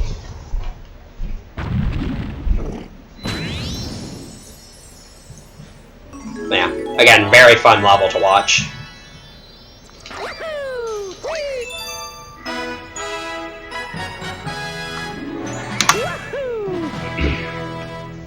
So now the Sweet Mysteries Comet is going to spawn, but I'm also going to want to get Flipsville's Comet in this trip, which means I have to do both Flipsville 1 and 2 now. And then the buffer star I'm going to get is going to be Sweet Mysteries Comet, and that will allow Flipsville's Comet to spawn. Unlike Galaxy 1, where comets operate on cycles, in Galaxy 2, when a comet is unlocked in a galaxy, it stays there until you collect it, which makes routing this game way, way easier. And it also makes routing mistakes not as punishing, because it doesn't completely kill your run if you do a star at the wrong time. It's just an insignificant time loss.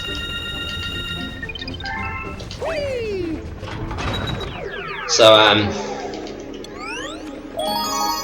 Flipsville 2 is mostly about the spin drill, except we're not going to be using it for the first half of this level, like Nintendo intended for you to do, because Nintendo really, really did not try when making this level, because you can easily skip the spin drill on both of the first two planets, and it's not hard at all. So instead of using the spin drill here, I'm just going to jump around the side, because that's fast. I'm going to use that enemy to make it a little bit easier. And you can wall jump on this structure for no real reason, so sure, we'll use that. And now this first part of this room is the hardest part, so hopefully I get this. Alright. So this room is sort of half auto-scroller and half cycles, because I do have to wait for the cycles, but I also have to make sure I don't miss any.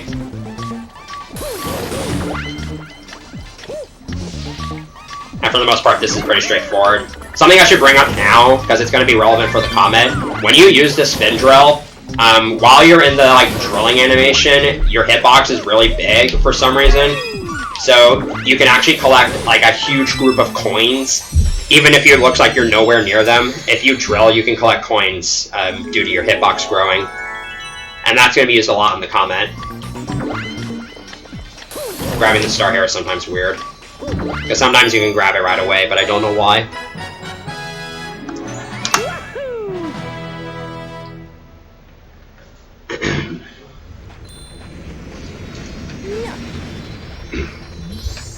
So again, I have met the I've met the requirements for Flipsville's Comet to spawn. Now I just need to get a star from another galaxy. So that's going to be Sweet Mysteries Comet, so we're just kind of going back and forth here. This star is another star that is deceptively difficult. Because it's another purple coin comet. It's not timed, but you need to collect every purple coin, and you have to be on Yoshi basically the entire time. Yoshi walks really, really fast, so you want to maximize the amount of time you're on the ground, but at the same time, this makes it really hard to collect purple coins without slowing down and without missing any. So this is a very hard level to optimize. In addition, every time I jump in this level, I'm going to be double tapping A to do a short flutter, which reduces the amount of time Yoshi's in the air and makes it so that I don't spend as much time doing slow jumps. Fortunately, though, you don't have to do any crazy infinite flutter tricks in this level, unless you fall off and then you have to save yourself, which is always pretty clutch, so hopefully that doesn't happen. This level takes a lot of practice and focus to get down.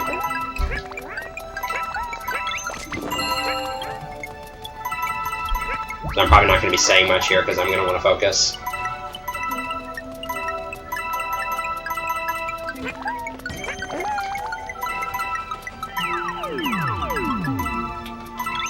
Here's a platform that's on a cycle. If I'm fast enough...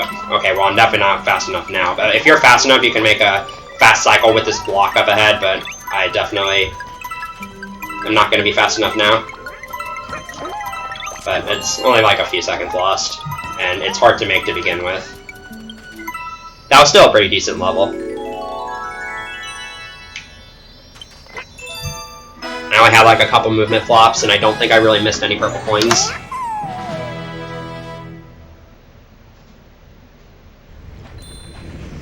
And if you thought that level was hard, this next level is even worse to get good at. So yeah, this is, again, World 4 is just full of stars that can easily snowball on you. I'm making this look easy. So Flipsville's Comet is another purple coin comet, funnily enough. Except this time it's in that 2D room where all the cycles are. Which means, yeah, cycles are going to be very important here. So I'm going to be going for this route that was found by How to Cantaloupe a little over 2 years ago. That's incredibly tight, especially for the first half, but it can save about 5 seconds or so. And I'm once again going to be utilizing the Spindrill's hitbox to collect huge amounts of coins while I'm drilling. So hopefully this first half goes well. I'm going to, again, kind of try to focus here.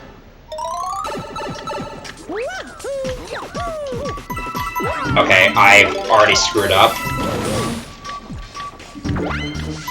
Alright, so I've lost a cycle already. Okay, I haven't lost the cycle yet, but... hold on. So I haven't lost the cycle yet, but I am going to lose a little bit of time because I collected a different line of purple coins than I normally do. But I am on the optimal cycle right now. This is a little bit weird. I've never had this happen before. So I want to kill this Fuzzy so he doesn't get in my way during this room. I'm good in terms of cycles now, by the way. The rest of the stage isn't too hard. So I was supposed to collect,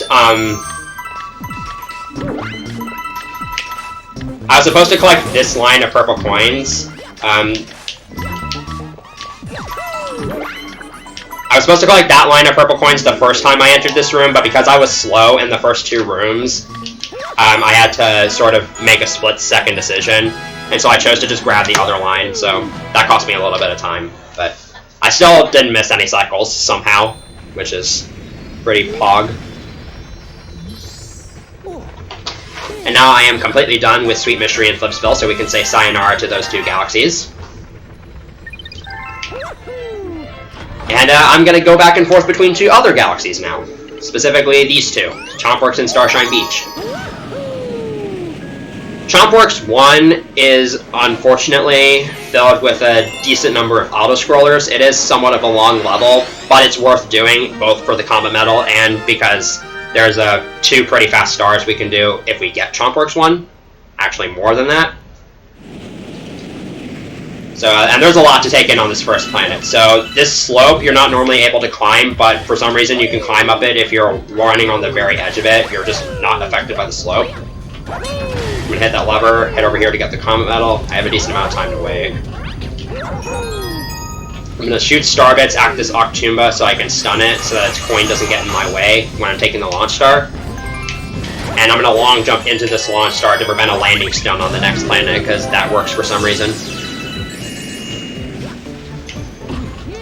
And then this planet is just a few long jumps. This level's very back and forth, it's really weird. This planet has a cool strat that we didn't used to think was possible, but if you just barely touch the left edge of that seesaw, it will lower just enough so that this Chomp can make it on. We used to think that the first Chomp had to break, and then you could get the second one on there, but it was discovered a few years ago that you could get that first Chomp cycle by doing that.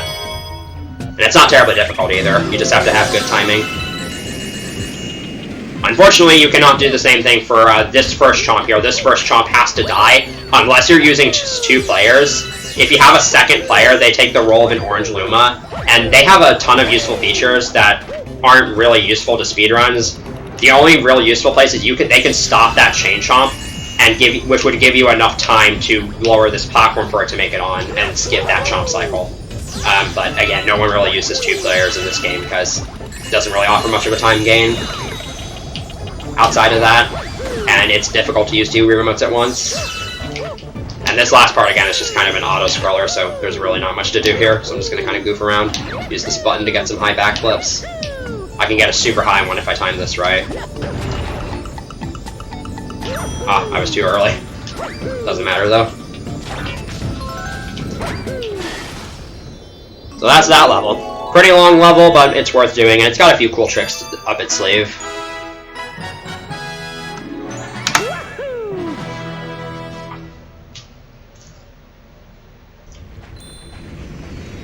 So, we go from auto-scrollers now. We're going to be revisiting everyone's favorite power-up from Galaxy 1. Press 1 if you liked the Spring Mushroom in Galaxy 1, and press 2 if you didn't. Fortunately, we don't have to use it a whole lot in the Star, because, again, Nintendo's good at making games, so you can skip it on the first 2 planets. You can actually skip it for the entire level, but it's actually faster to use it on the last planet. But that's not as important for top players as something else. So in this level, there are elevators on the last planet that move on a cycle, but those elevators are moving while you're on the first planet. So if I don't have really good movement on this first planet, I could miss out on a platform cycle that saves a little over 5 seconds. Alright, I didn't get the jump cancel, so now I have to have really good movement. Alright, that was pretty good, so I should have a shot at making it. And the cycles don't update while you're on this planet. One thing there, you can't normally do a landing cancel there, because you can't normally go into first-person mode on this planet, but if you go into you have 1 frame when you land on a planet like that to enter first-person mode, and you can still do a landing cancel with that. Also, if you spin with the nunchuck, you can spin sooner after a wall jump for some reason, which I was using for those 2 wall jumps. Alright, so here's the last planet with the cycles. So hopefully it's hard to both make the cycle and stay on it. So this is going to be really tight. This should be good. Alright, so that's the first part. Now I have to get the second part. Alright, we're good. That saves about 6 seconds, I think. That's a very, very tight cycle to make. It takes a lot of practice to get good at doing it consistently.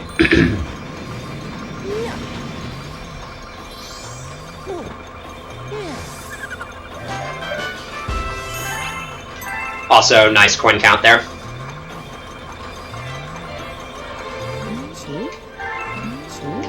So yeah, Purple Idiot's gonna bother us again. We're just gonna head on out of here because we don't care. And now we get to go to another really interesting level. This one actually pays homage to Super Mario Sunshine, if you've heard of that game, which is Starshine Beach. This is one of the few galaxies that's kind of open world in this game, because everything kind of takes place on this one planet. And for the most part, you can kind of do stuff in whatever order you want, especially for this first star, because it's a Silver Star mission. Another thing, Yoshi is in this level, and unlike in Sunshine, he doesn't die when he touches water. So we can use Yoshi for quite a few cool tricks in this level. And for some reason, this planet exists. And there's another frame perfect ground pound. So I'm gonna long jump on this crab to stun it, and then I'm gonna get on Yoshi, and then eat this crabber, because I'm gonna want to use it. And an infinite flutter up to this glass cage here, where the first Silver Star is. That's kind of a close one. Walk right up to the cage and fire that crabber. Now I have to do this infinite flutter. This is a really tricky flutter, because due to the camera perspective, sometimes it's hard to judge whether or not you're actually lined up with the tower, so I have to back up a little bit so I wouldn't be too far forward. But that flutter went really well. Now I can get the dash pepper, which does allow Yoshi to run on deep water. Again, because physics and science and all that. So I can use this to quickly collect the last 2 Silver Stars. And there's a really cool strat coming up here. Okay, I got this. Nice. So that's similar to what I did at the end of Hightail Falls 1, where I dismount off of Dash Yoshi while going up a really steep slope. You get a lot of height and distance with that. That's just a faster way to collect that last silver star. And this is one of those Comet Metals that's kind of out of the way, but fortunately, the Comet Star you get for doing that star is really, really fast, so it's more than worth it. And it's one of the last Comets I'll actually do, so I kind of need it. That was barely off my gold, by the way. That was really good. That's a very hard level to get everything down in.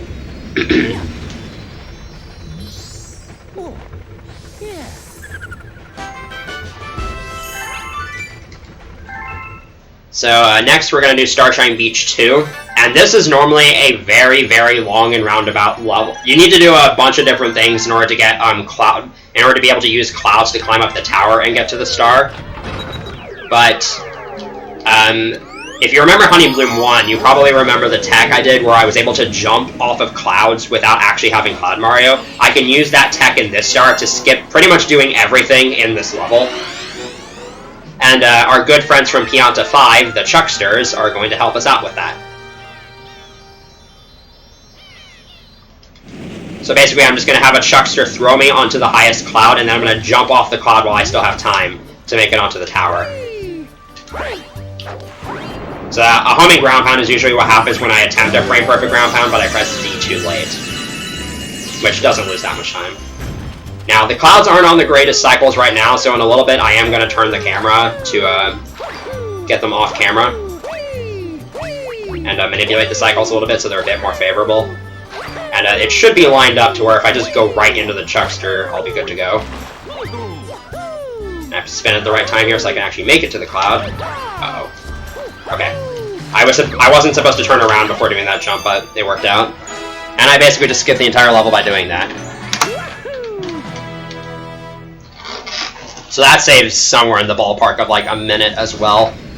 Because again, you have to do you have to go pretty much all around the entire level otherwise.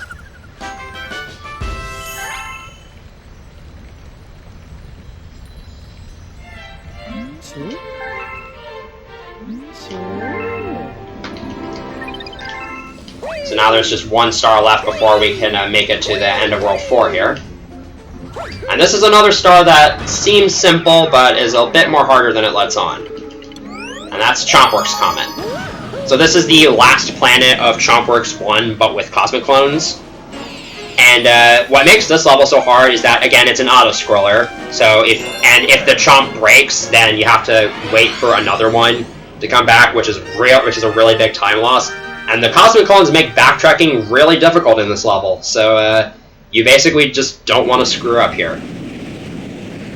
However, this is a level you can get a frame-perfect IL time in, but it's not really viable for RTA, so I'm not going to get it.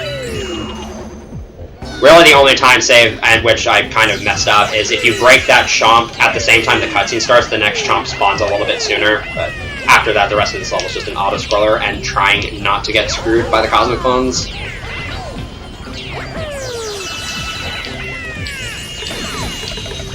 So I'm kind of taking it slow here so that I can kind of keep them off my back for the most part. And here I'm just kind of crawling so that I can keep them on kind of all bundled up and they don't get in my way. And we're good to go now.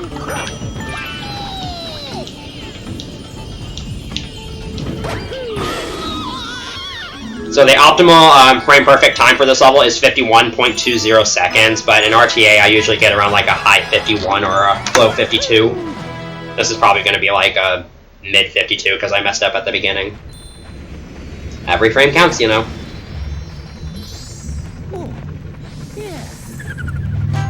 So yeah, 52.41, a little over a second off the optimal time, so bad run.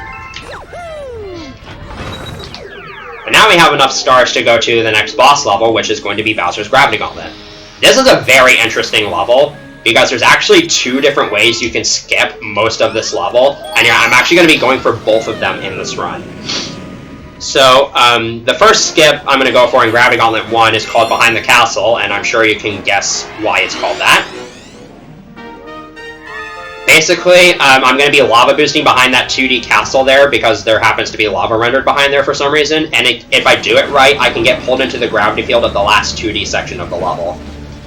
And I have to do it on this level instead of the other skip because I need the Comet Metal, and the Comet Metal is right next to where you do behind the castle.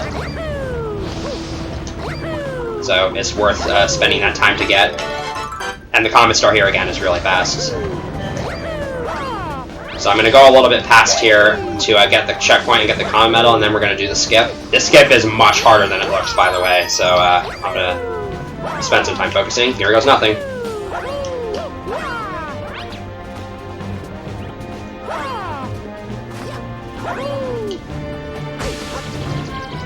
Hopefully this works. Okay, we're good. So it doesn't look like it, but I actually have to be a very specific distance away from that castle in order to not die, because if you're too close or too far away, you'll just die, and it loses a ton of time. So you actually have to be a specific distance away from the castle that's like a little bit away from it. It's really hard to figure out, but thankfully that I got that skipped. It saves about like 20 seconds or so. And the rest of this level is pretty simple. But now it's time for the Bowser fight, and it's the same concept as the one from Lava Lair, you know, from an hour ago, but it's a lot trickier now. Mainly because in this fight, Bowser will only spawn 2 meteors at a time instead of the usual 3, and Bowser can actually punch out both meteors with the same punch, which can cost you a cycle and lose 20 seconds. In addition, there's now shockwaves coming off of Bowser's punches and the meteors, which means you have a lot more to dodge. But fortunately, though, this fight is still a little bit cozy. It gets a lot worse on the last fight. And dodging this first wave of attacks is very, very difficult, as you can see.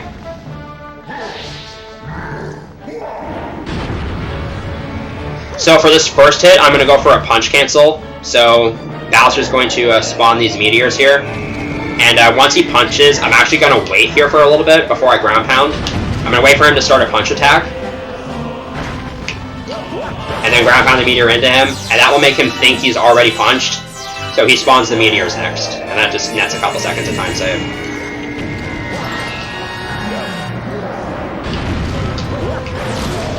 And I don't have to do that for any other hits, because he's not going to try to punch after any other hits. One thing that is worth bringing up, you're probably not going to see it happen on this fight unless my aim is super bad, but Bowser's shell can deflect the meteors, and I'm not sure if this is true or not, but it feels like his hitbox actually grows. The shell's hitbox actually grows on the Galaxy Generator fight, and really with each fight. So if your aim is really, really bad on one of these fights, you can lose a cycle by just having the meteor bounce off of Bowser's shell, and it is the most annoying thing ever. But this should be good. I'm actually going to lure him a little bit over here so that this is in a better position. That was still a pretty good fight overall. The big thing with that level is behind the castle and then just not missing any hits in the Bowser fight.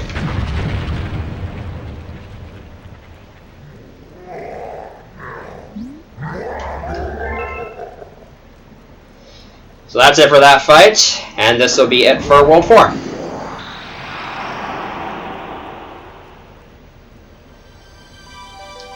But there's still a little over an hour and 10 minutes left in the run, so don't think I can relax yet. It's far from over.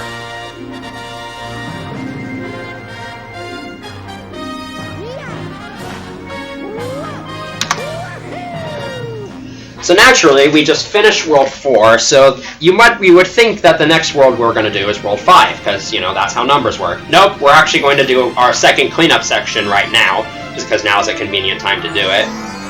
And again, we need to increase our star count so we can have enough to unlock the World 5 boss arena. So I'm actually going to be cleaning up the rest of the stars from Worlds 1 and 2 that I want to get.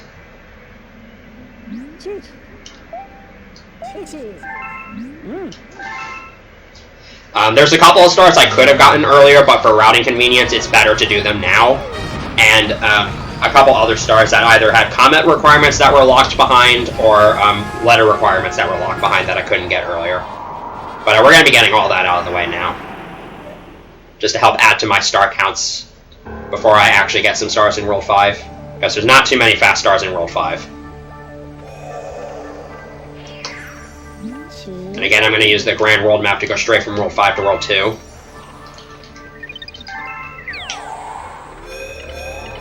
So the first level I'm going to do here is Boulder Bowl 1. So Boulder Bowl 1 used to be the 15th star in the run, but since Honeybloom 1 was added to the route, we have to move the star to way later. But this is useful because we can utilize another Male Toad warp like I used on Honeybloom Secret with the 15th star. But I'll explain that after I do the star. This star has a pretty cool gravity exploit I can use to skip this planet over here, which is really good because that planet is terrible. You just have to kill a lot of really annoying enemies. And this is a pretty tough skip. You can do it both with and without Rock Mario, but with Rock Mario it's slightly harder. I have to do it on this level though because I need Rock Mario to get the Comet Metal. If you die to this skip, you have to redo everything, including getting this Comet Metal, so it's a really punishing time loss. But there's a couple of good visual cues for this skip, so hopefully this goes well.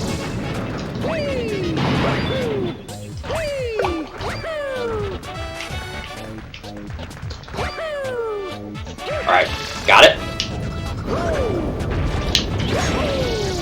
And whenever I have Rock Mario, doing a jump followed by a spin will speed him up by a little bit. So that's why I did that a few times. So again, that skip, it only skips one planet, but it definitely saves like a minute. Because that planet is terrible. But speaking of terrible, now I have to fight this guy, Rolladillo, which is a really awkward boss to fight. So that first hit isn't too bad, but for these next 3 hits, I'm going to go behind him to avoid getting in his line of sight. Otherwise he does this rolling attack that wastes a lot of time. What makes this hard is that you're trying to chase him while he's trying to chase you, which is, it's not a perfectly straight line always.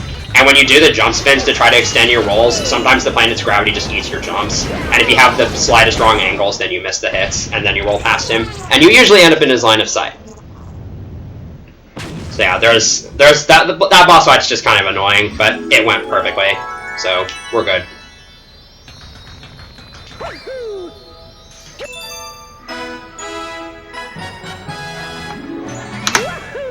So the Male Toad warp I was talking about here, so because I got Boulder Bowl 1, I'm going to be taken down to the engine room to see Rock Mario getting unlocked, but because I got this star and Chompworks 1, I just unlocked a Male Toad letter for a star I can now get in Boulder Bowl, and so again, that's going to warp me out of the engine room and straight to the Male Toad.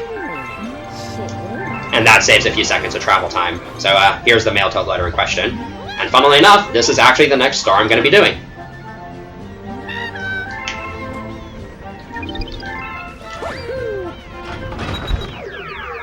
So this is going to be a escort mission with an enemy who really has every right to die in the Mario universe, but we have to save him this one time. And here I'm also going to get to do Boulder Bowl 1 skip without Rock Mario, because I don't need to get the Comet Metal this time, because I've already got it. And as you're about to see, this is much, much easier. Aside from this jump across the bridge, because the camera can be a little bit awkward.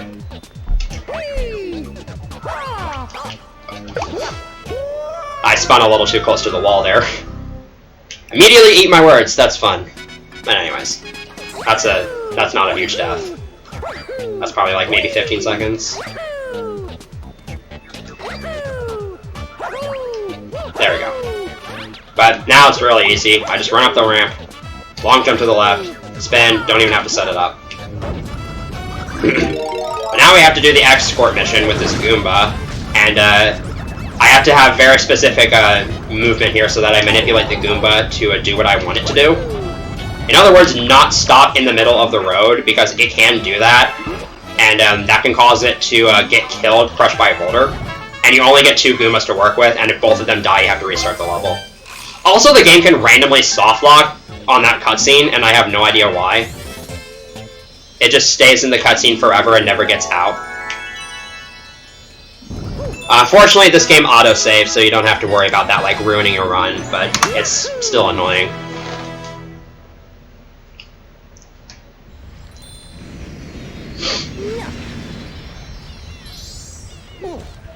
At least the important parts of that star went well. That's not a huge deal to me.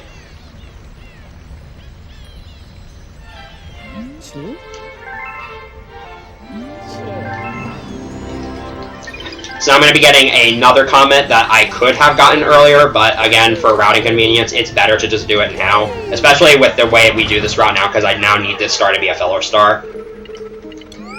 Specifically for Boulder Bowl's Comet. So Hightail Falls Comet is Hightail Falls 1, but on a timer. And it's not like Sky Station, where I have to collect clocks. You have more than enough time to beat this level. And the only major differences with this level are the holes in the ground and the meteors falling, which for the most part don't even get in the way. But also, I'm going to be doing a different strat for the end of this level. I no longer need to get the Comet Metal since, well, this is the Comet, so I get to do a slightly faster strat at the end of this level. But for the most part, the first portion of this level is going to be the same. And these pink guys are called Smeeches. If you touch them, they latch onto Yoshi's tongue and make it impossible to eat anything else, so you have to shake to get them off. And again, this level, if you missed it earlier, it's just all about keeping the dash pepper in effect for as long as possible. If you bonk in a wall head-on while traveling up one of these vertical walls, you fall all the way down, by the way, which loses a lot of time. Fortunately, that did not happen, so we're good.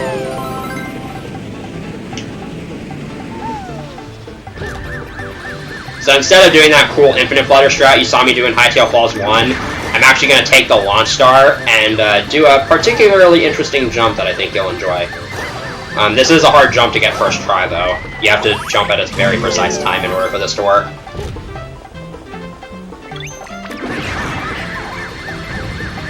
Okay, I jumped too early there. There we go. That is faster if you're not going to get the Comet Metal. So to kind of give a TLDR explanation of why that works, there's a variable in this game called tilt, where basically the farther back Mario or Luigi is leaning back on the planet due to its gravity, the higher their jumps will be. And so since you're leaning super far back on the edge of that wall, you can gain a super high jump. Okay, now it's time for probably the biggest RNG fest of this entire run. Not even kidding. So get your blessed RNGs out, because this star is terrible. This is a romp comet where you have to kill 30 of the crabber enemies on the planet where Rorodillo was, but the crabbers don't really have any discernible pattern whatsoever, and you only have a minute to kill these guys, and if you run out of time, you have to redo the entire star. And so this is a very stressful star 2 hours into the run. Also, there's a bit of tech in this game that is never explained anywhere, but you can actually jump out of your rolling mode by just jumping and pressing Z, and you can cancel it early. And that's very useful on this star, because otherwise this level would just be impossible. Alright, so I'm basically kind of hoping that these crabbers group up a lot until I get to about 24 or 25 of them. This is really bad decision making on my part. And then once I get to about 24 or 25, I can start focusing on the individual ones. Alright. This isn't horrible so far, but it could be way better. Got some epic lag there. Alright, I need to get this blue crabber. The blue crabbers have really erratic movement, so they're the hardest to get. I'm running a little short on time here, but I think I have 2 left, so I think I can do this. That was really bad, but at least I didn't fail the mission. Optimally, you want to finish that mission with, like, over 20 seconds on the clock remaining. I had, like, less than 10, so I played that pretty bad, but for a marathon, all that really matters is you don't fail it. I've had to hit the last crabber with 1 second on the timer remaining, which is massive Monka S. And I grabbed some star bits at the last second. That's the text box I try to avoid by not collecting any star bits. That's one reason why Bang Toad is super useful.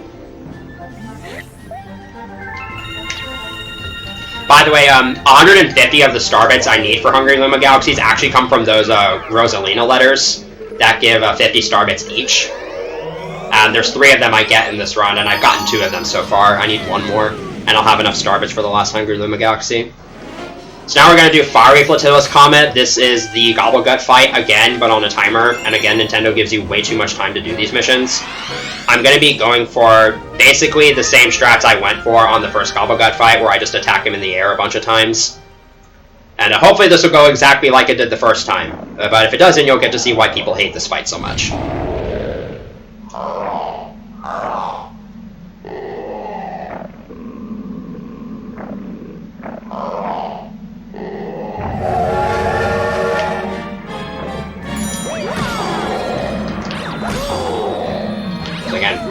Getting those 3 bulges on the first phase. That first phase is a bit easier than the second phase. You have to be a lot more careful on the second phase. And your movement has to be a lot more precise.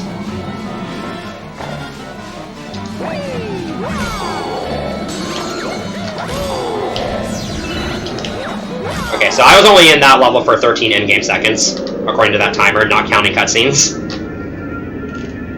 But yeah, 2 for 2 perfect Gobblegut. Again, that fight takes a lot of practice to actually get down like that.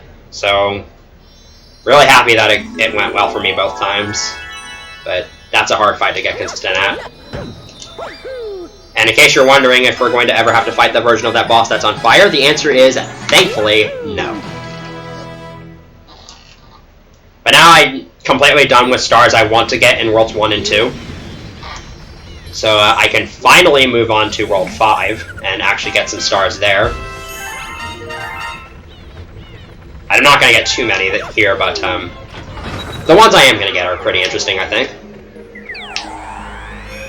By the way, you saw me before as I was long jumping to that last star, I backflipped. You need some amount of acceleration to do a long jump, otherwise you'll just backflip like that. It's kind of annoying, especially when you're trying to get a little bit hasty. Space Storm 1 is a very movement-intensive level, and this is a level where, especially on that cylinder planet with all the elevators, time losses can really snowball from one simple mistake, because it's incredibly cycle-based. So, at the start of this cylinder planet, there's a somewhat finicky long jump I have to do here that will help me save about 5 seconds in platform cycles. Hopefully I get this.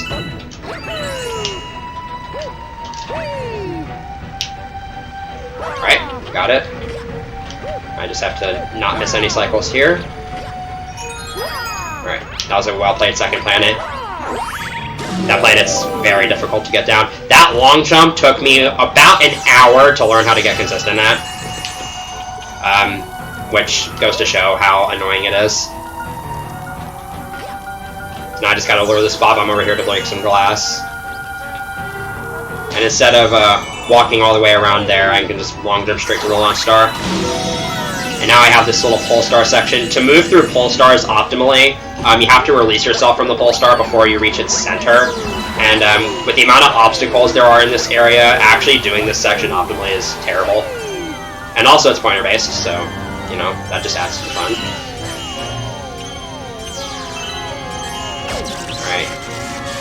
Luckily, when you get shocked, you get suspended in midair for a little bit, which can make packing it up really easy. That was still pretty good.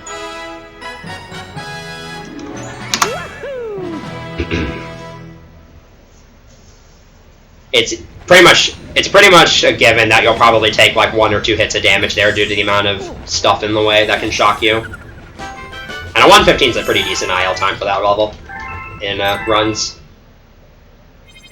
And now pretty much the entire rest of World 5 is opened up for stars for the taking. But we're going to spend a little bit more time in Space Storm, because there's Space Storm 2, which is one of the fastest stars in the game if done optimally. It also pays homage to a buoy bass from Galaxy 1, including having the buoy bass music, which I'm sure you'll like that. Unfortunately, you won't get to hear too much of this song, especially if this level goes as planned. So those blue switches, because all the moving obstacles in this level are really fast, those actually slow down time. I'm going to try to go through this level without hitting any of those, though, because I don't need to do that.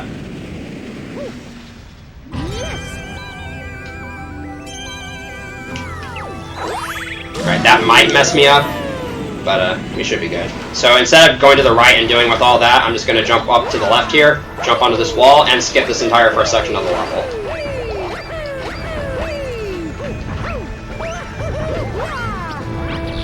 Then use some upwards momentum from that thwomp to get up here. And then I can skip this Topman fight by just doing a triple jump to get the star. Alright, one little flop there, but still pretty good. Like I said, you're not going to get to hear too much of that song. You only got to hear that for like 30 seconds. But that's another visually impressive level. It's also really hard to get down. And thank God we do not have to do the letter star in this run. So here we're off to Shiverburn, which is sort of the Freeze Flame Galaxy Hail Fire Peaks of this game. I like how I just made a Banjo because I like how I made a Banjo-Tooie reference when I've never played the game.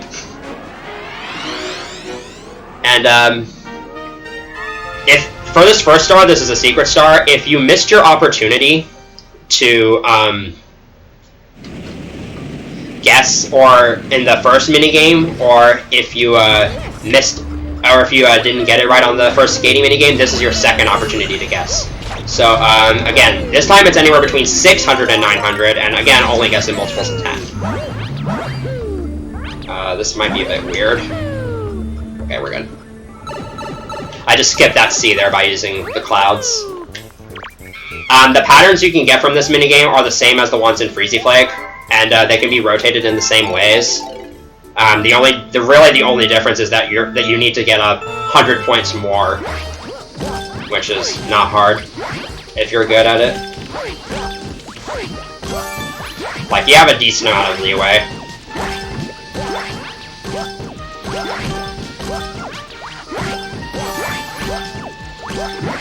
The world record for this, I believe, is like a little over 1,000 points, in case anybody was wondering. But that requires, like, ridiculous skating skills.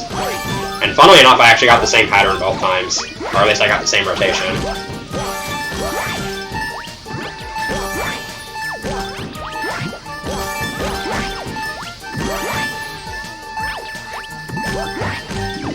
Great, 800 exactly.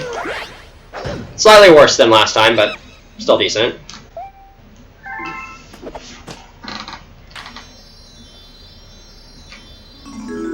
And still definitely crushed the chimp.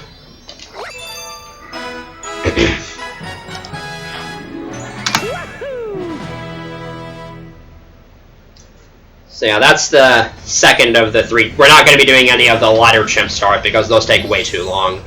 But there is one more chimp challenge, but it's not necessarily as special.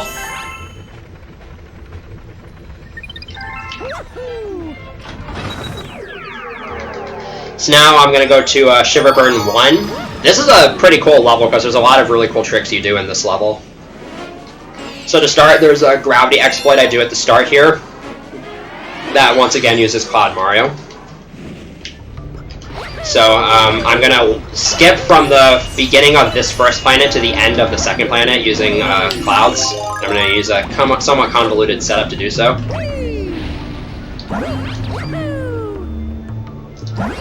I need to be low enough to enter the back half of this planet. This should be good. Nice. So now I need to detour a little bit in front of this launch star to grab the Comet Metal. And then I'm actually going to intentionally hit the lava so I can lose Cloud Mario, because he's a little too floaty for this next section. So here I'm going to turn the camera to make some icicles in the next section spawn later than normal, to manipulate their cycles. And I can skip firing coconuts back at these guys by just long jumping past them like that. That was a little close, but we're good.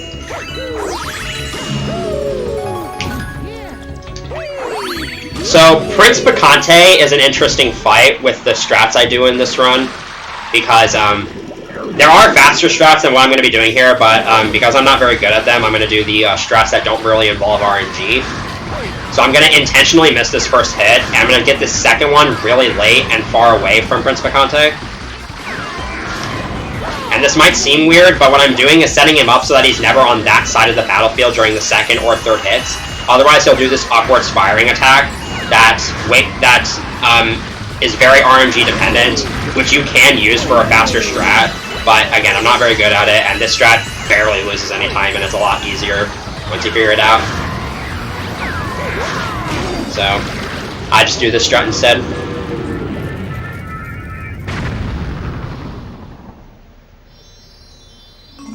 And that was a pretty good level. Again, there's a lot of really fun stuff that happens in this level, including those boss fight strats.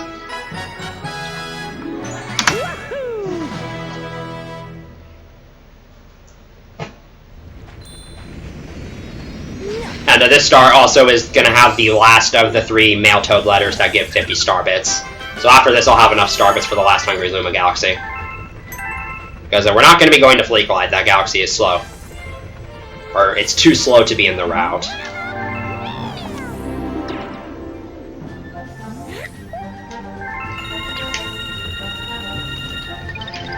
So instead, we're going to go to a very annoying galaxy, both for casual players and for speedrunners, and that is Upside Dizzy.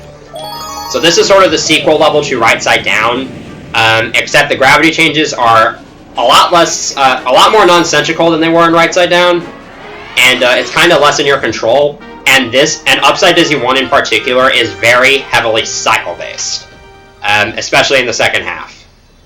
And you need to have really good movement to make the proper cycles. So this first section is one of the hardest parts of the level right off the bat. This backflip is really tricky. Oh, so yeah, what just happened there, sometimes you just randomly turn around in midair, and I don't know why that is. Unfortunately, that doesn't lose too much time. Here I'm going to go for a little bit of a Luma Bounce to skip into this pipe. And I got it. Nice. Now here I am not in control of the gravity switching at all. If you do not have a preset route for this level, you're just going to stumble through it and lose ridiculous amounts of time. Alright, that's fine. I have a decent amount of leeway with this strat anyways.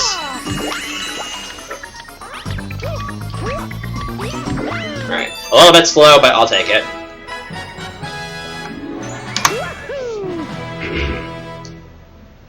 Again, that level requires a ton of practice to figure out like a concrete route for it.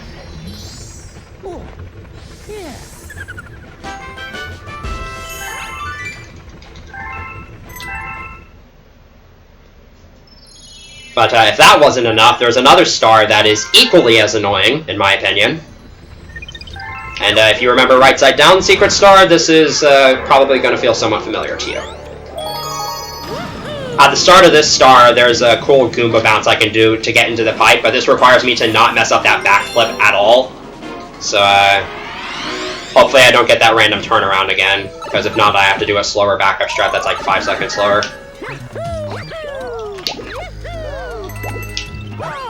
I got it again. That's really annoying.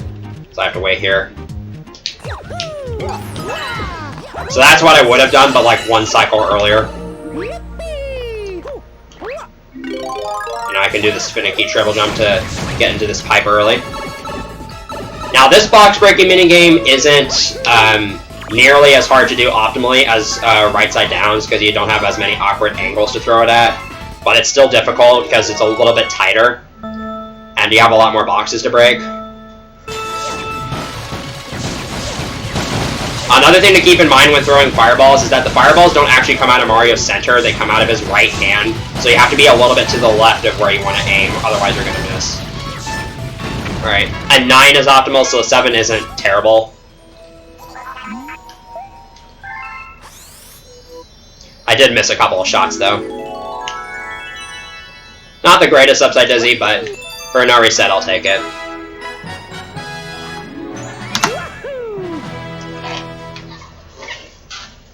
Thankfully, we don't have to do that level ever again, which is a blessing, because that level is really annoying. And this is the last time the Purple Idiot's going to bring us down to the engine room, because there's no more stars that we get that actually bring us down here. We flat out just don't use 3 of the power-ups in this game. So now we're going to go to the second spoopy level of the run, because you know every Mario game needs at least 2 spoopy levels. And that's going to be Boo Moon.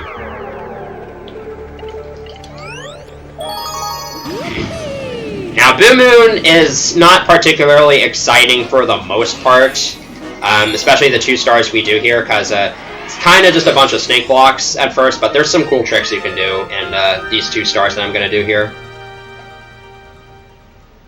And I think you'll like how peaceful this level can be, along with the cool tricks it has. So on this first planet, it's actually faster to only long jump at the beginning and the end. Everywhere else you lose time, because this planet's curved really weirdly.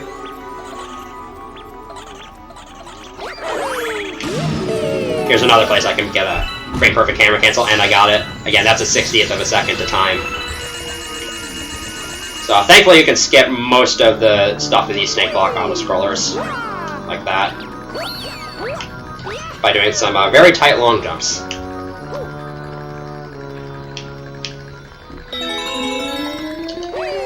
This one I kind of have to ride for most of the way, though, because there really isn't any way to skip it. But keep the fact, so that wall that just turned and how it affected the gravity, keep that in mind for the next star, because that's going to come into play later.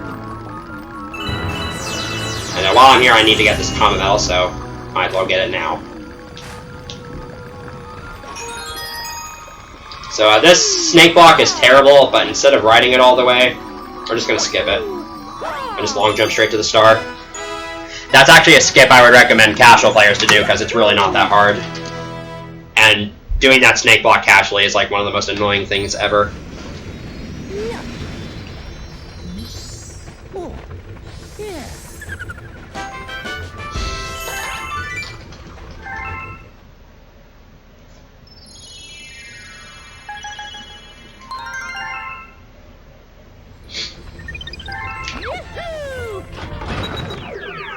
So next up is going to be Boom Moon 1, and this is a level with a skip that I think you'll pretty enjoy, and it also was what makes this star fast enough for the any percent route. This also did not used to be in any percent, but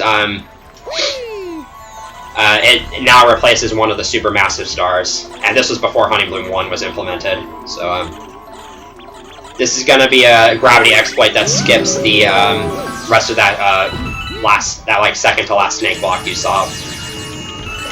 So I have to do most of this first section again. That long jump's always scarier than it needs to be because you just barely make it.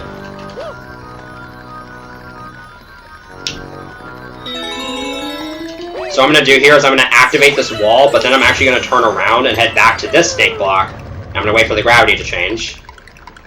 And jump up here. Long jump off, spin, and onto the launch star. That was really close. I messed that up. That skip is a little bit awkward because due to the way the gravity works, your controls on there are a little bit inverted, so the directions you have to hold are really weird. Thankfully I got that first try. I think I spun a little bit later than I would have liked, so I nearly missed it. And this last section is just a Silver Star section where I can one-cycle the whole thing.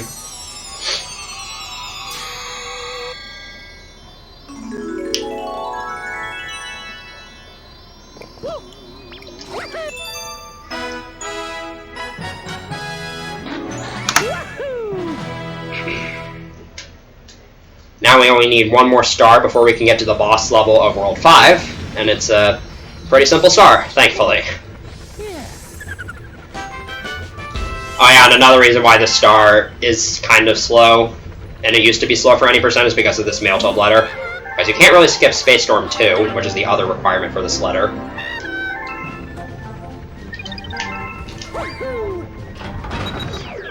So, last but not least, in World 5, we're going to get Shiverburn Comet. And this star is the third romp comet of the run. It's where we have to kill the 30 Octumba enemies on the planet with Prince Vicante. And we get to use Rainbow Mario here. And you're probably wondering whether or not I would use skating or running here, if you've been paying attention. And the answer is I'm actually going to run, but I'm actually going to use both. Because I'm going to skate to build up momentum, but then switch to running, because it's easier to turn while running. And that will allow me to make sharper turns to get these Octumbas. So I'm going to skate to build up momentum, grab the Rainbow Star, and then jump out of it, and I can just start running. And if I do this right, I can kill all 30 of these on one Rainbow Star.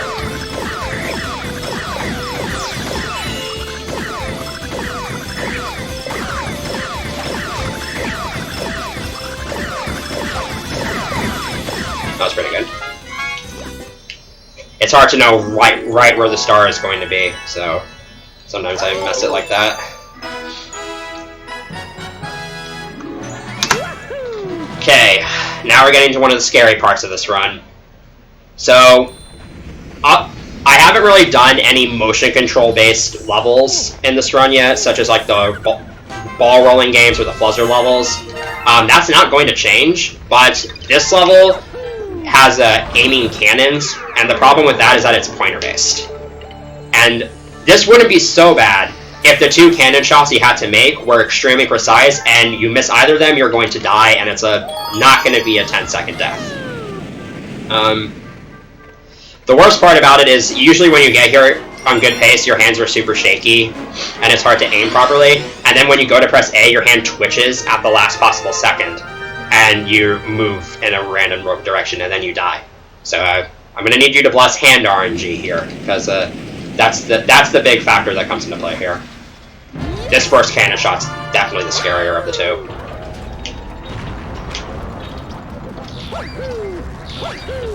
I have a very small target to aim at. So I'm going to try to shoot right at this boomerang bro's face. Right. That might be too high, actually. Okay, that was like barely low enough. So that's just a quick kill for that hammer bro there. I messed up the setup for that other one, but didn't lose too much time. The second cannon shot is thankfully a little bit more lenient, but the strat after it is difficult. So you're supposed to use clouds to make your way to the ending platform of this section, but that's overrated, so we're just going to do this instead.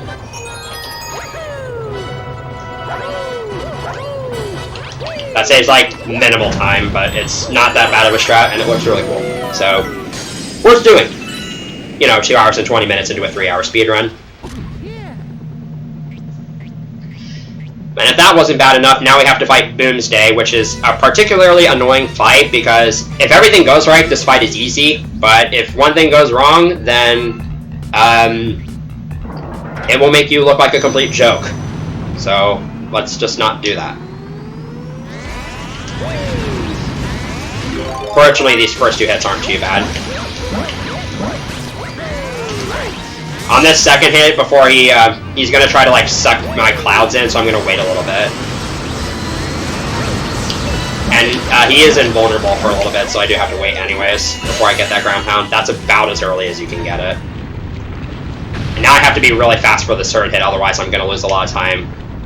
I have to make it to the top of this cockpit before he catches up with me.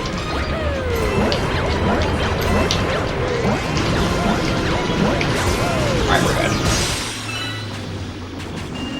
By the way, this is where Bowser Jr. canonically dies. Because if you're ever wondering why he's not in 3D World or Odyssey, that is probably why.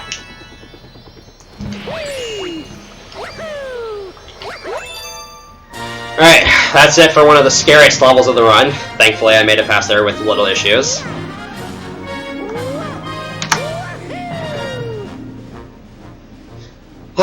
And now, there's just one world in this run left, and I hate to break it to you, but it's not over yet. This is probably the hardest part of the run. World 6 is the segment where runs go to die, because there's a lot of really difficult strats here, and failure almost always results in a super big mistake, or like a super big time loss. This is also the longest world segment of the run, which makes it even better.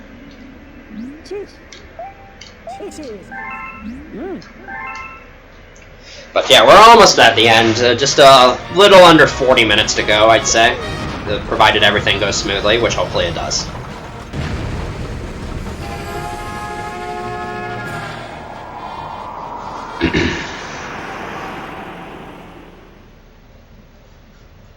So, to start off, we're going to do Melty Monster.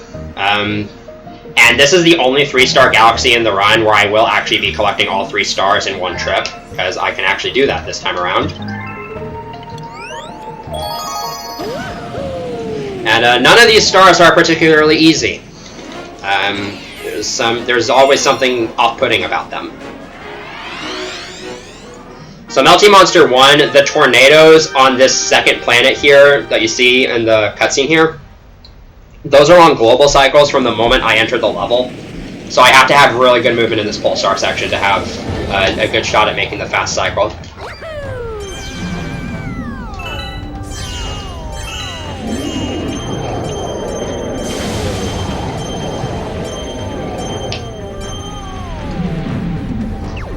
Alright. That was pretty good, so I should have a shot. And this next planet here just simply has a ton of small platforming skips, most of them involving lava boosting. Because, you know, there's lava, might as well use it. And we have a conveniently placed life mushroom right here.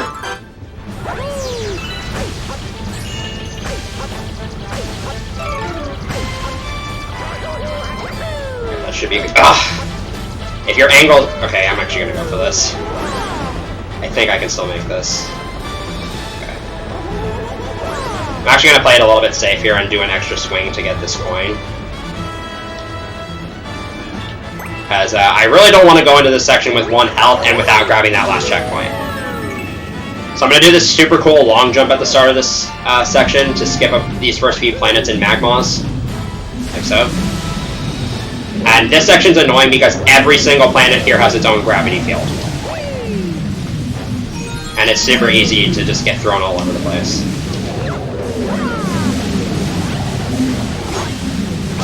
And for some reason, hitting that crystal from the left is easier than hitting it from the right. That was a pretty good last section. I cut it a little close with the tornado cycle, but please grab the star. Otherwise, that was not too bad of a Melty Monster one. Just had some sketch here and there. And the last 2 levels, funnily enough, aren't even about lava at all. There's no lava in either of them. They're about Rock Mario, which is odd.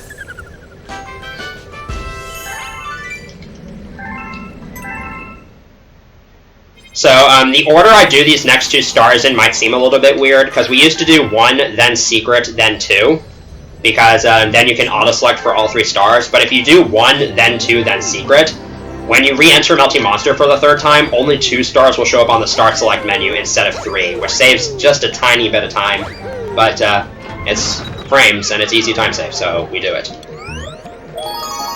So the thing about Rock Mario is that once you take a ramp, you can't actually stop. So this level is kind of just non-stop using Rock Mario. This is also a really good level to farm star bits in. If you...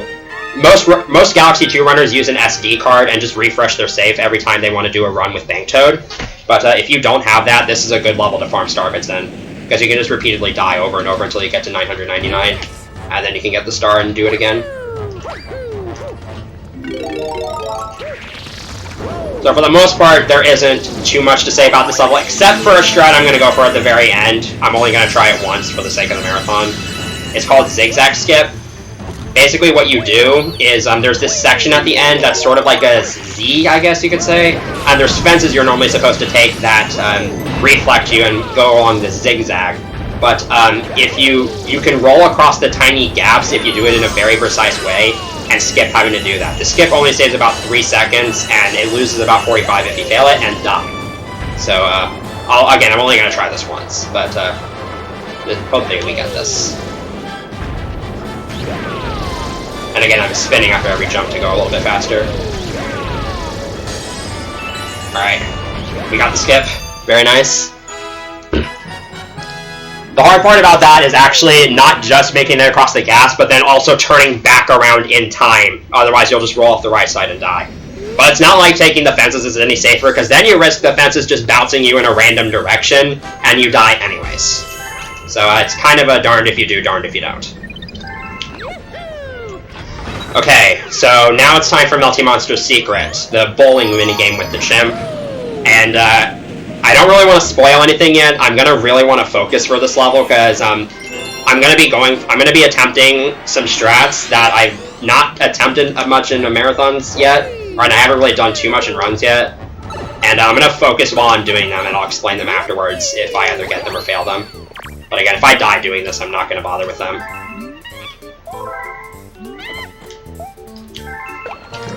By the way, there's 56 pins here, and I need to hit 50 of them. Okay, so here goes nothing.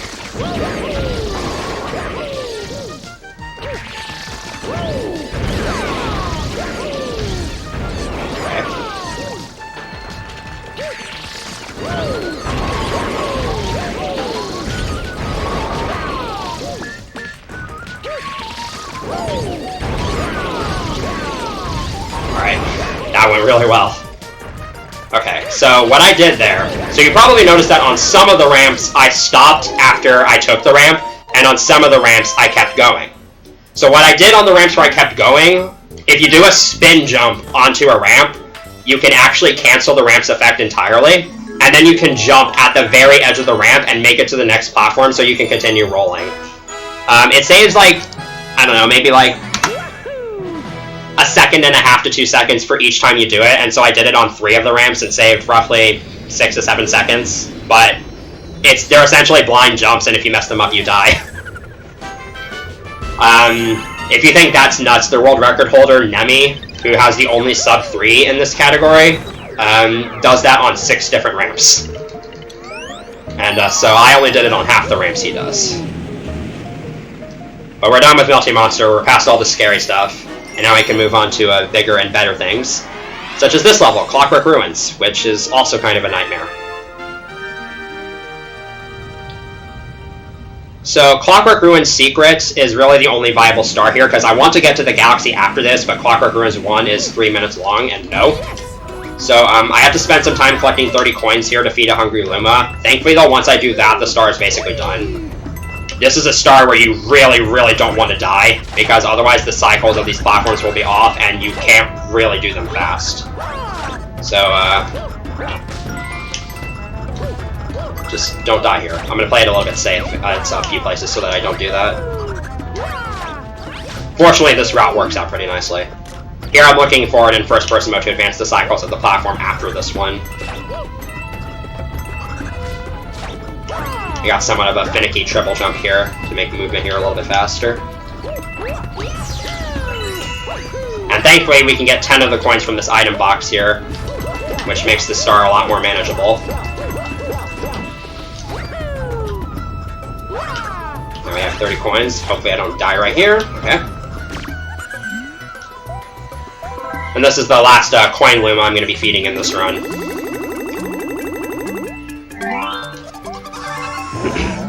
So,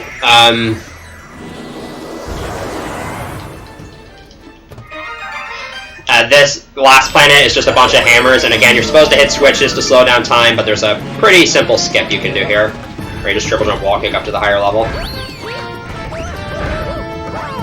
You don't have to spin there, but my angle was a little bit rough, so I wanted to play it safe.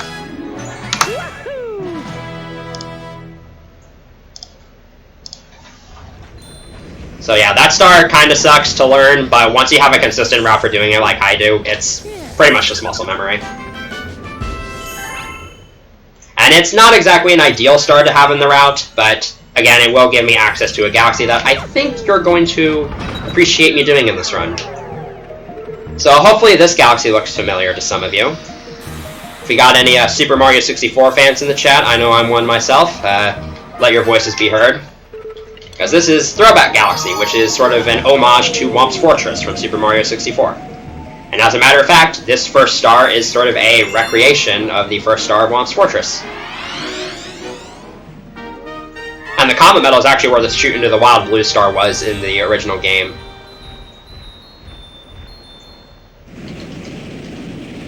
So I do have to make a bit of a detour to that Comet Metal, but yeah, this is going to be my best, I'll just pick Simply impersonation. So feel free to let loose with any SM64 memes you have, as long as the moderators allow it. So I can do this little cool triple jump, ledge grab. Oh, I failed it. Easy backup though. You get up to the Comet Metal.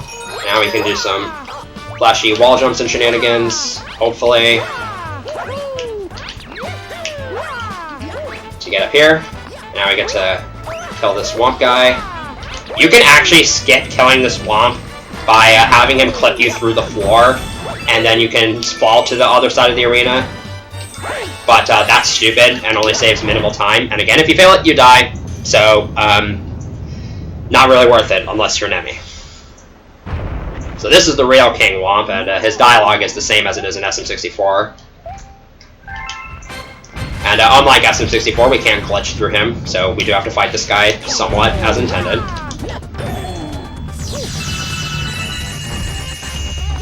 And for the most part, this fight is simple. You just kind of want to make sure you don't get hit by those little wimp guys, because they can stun you. And you want to be off the ground when King Womp stops. Like, otherwise he'll stun you, and that makes it really easy to kind of get stun locked into death. And I have had bad experiences with this fight. So, yeah, but we're good. So I jumped there. King Womp's vibrating after you beat him like that, and if you jump on a frame where he's vibrating up, you can get a super high jump. That's completely useless. But I failed it. It's nothing more than a swag strat, though.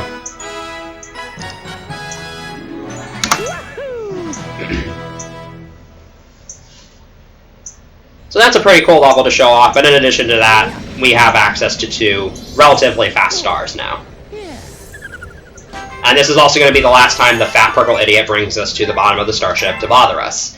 He's going to want to bother us one more time after this, but we have some big skips coming your way, so stay tuned. Can I get some eyes emojis in the chat?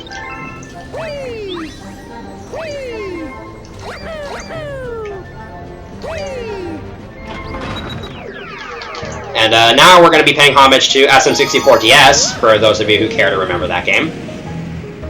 I personally enjoyed it, but I don't know about you.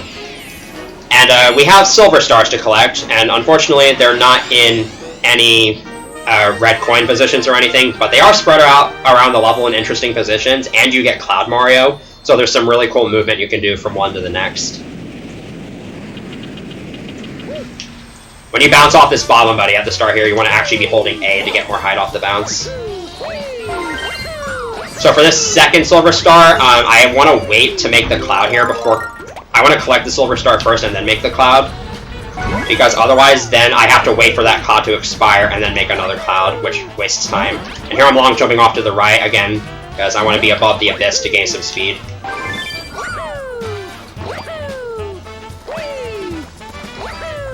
We're going to do some more cloud boosting action here. To get to this silver star. Now we're going to do some more interesting cloud boosted jumps to get to this final silver star. But now hopefully I can ground pound right to the end of the... right to the star here. When you ground pound, in case you haven't noticed, you get sent to the ground a lot quicker. So stuff like that is doable.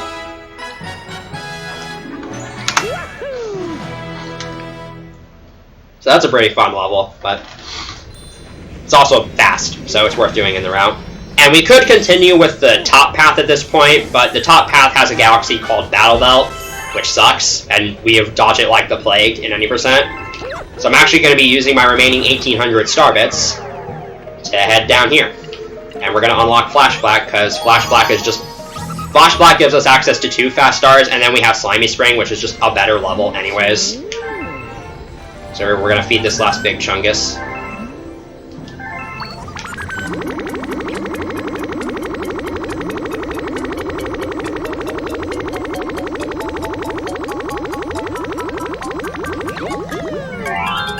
And this is going to unlock Flash Black, which is, unlike Throwback, is not a reference to anything.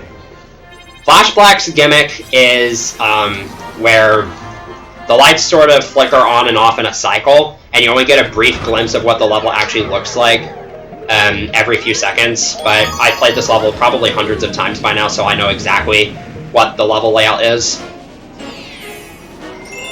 So we don't need to worry about that. And this mansion is just kind of climbing through it with a Blimp Yoshi. Again, we're not going to be infinite fluttering because that's slower. And there isn't much to say about this.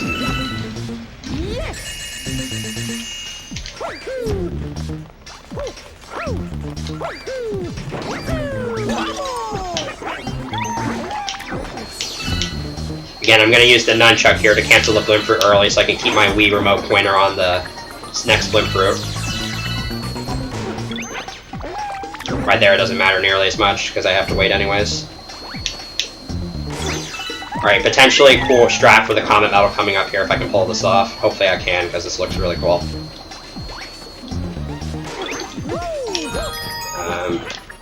Okay. A little bit slow, but we made it work. And this last section is just collecting a bunch of silver stars. It's pretty straightforward.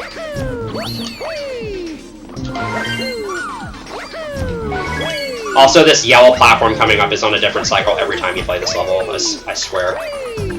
That's on a good cycle now, so we're fine. And depending on what the cycles are like here, I might have to make a literally blind jump to the star, if you know what I mean. Alright, we're fine. Fortunately, I have this level memorized, like I said earlier. Alright. So again, the top path has Battle Bow, which is any star you could do there is long and tedious. But this level, in terms of time, is not really a better alternative, but it's better than Battle Belt, and it's also just a better level in general. So, it's worth it to do it instead of taking the top path. This will also be the star with the last Comet Metal in the run, and I believe I am good on Comet Metals. I should have 32 after this level, so I haven't missed any.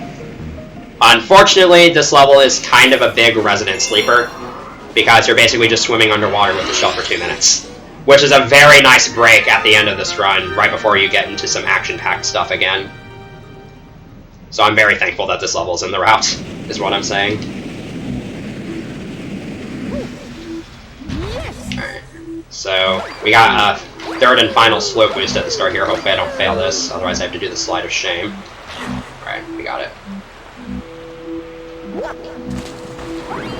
And now we're just going to kind of swim here.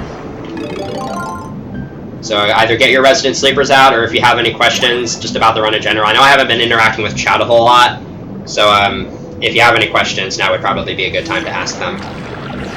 Because I don't really have much to say. I know there's a bit of a delay as well, so it might be a while before I actually answer your question.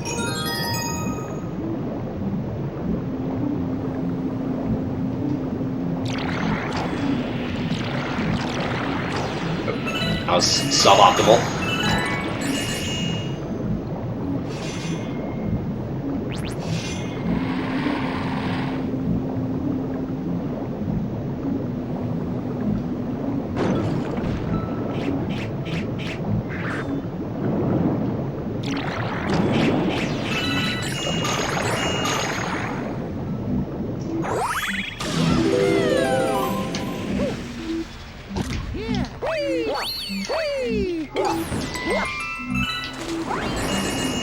Now I get to go zoom by taking the shell and going through some of these speed rings.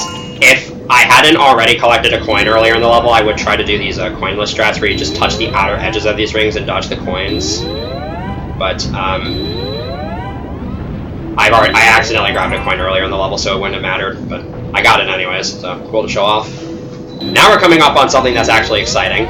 So you can wake up now because we're about to do something cool. Hopefully I don't fail this now that I've said it.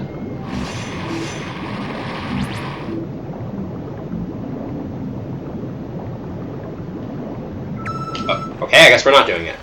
I was trying to jump out of the water there and fling the shell in midair, but that's not too much slower. And by the way, don't ask how Captain Toad got in. Don't ask how Captain Toad got in that chest. So this will actually be the last non-Comet star I collect before Bowser's Galaxy Generator, because the last 6 stars I'm going to be collecting to fulfill the 70-star requirement are all Comets. I'm going to be collecting 2 from World 3, 2 from World 4, and 2 from World 6 to round out the run, and then we'll be ready to take on the final level. But that doesn't mean it's over yet. And I am good on Comet Metal, so that's a good thing to know.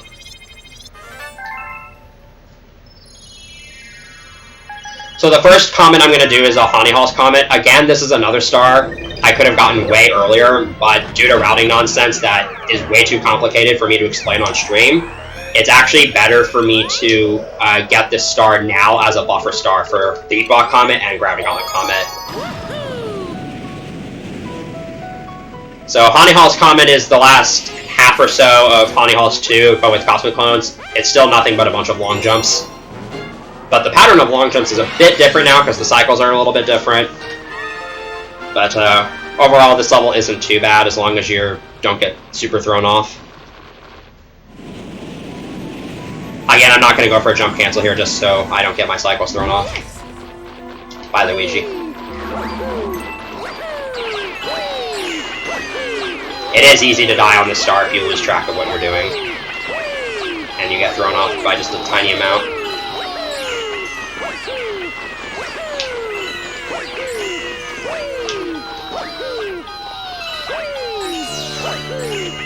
Oh, we should be good.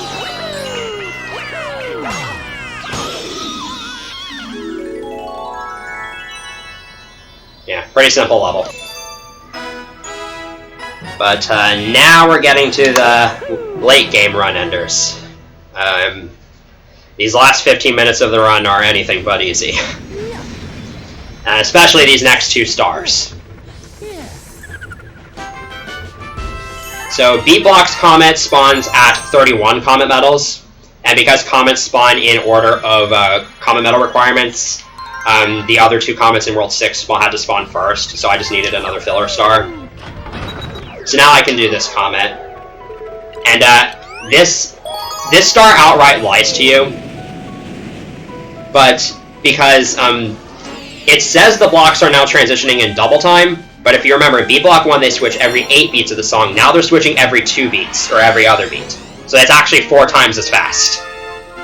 It doesn't matter too much in terms of cycles though, but it does make the level a lot more terrifying than it needs to be.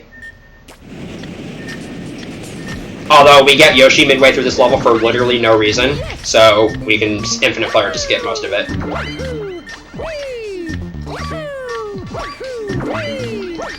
And hopefully I can nab the checkpoint mid-Flutter.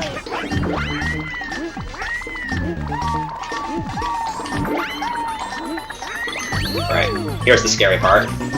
Shouts to my PB for dying before this part, by the way. You have to be very careful with your movement here, or else you can die easily. Alright. I should be able to land on either the green block or the star platform here if I just shake.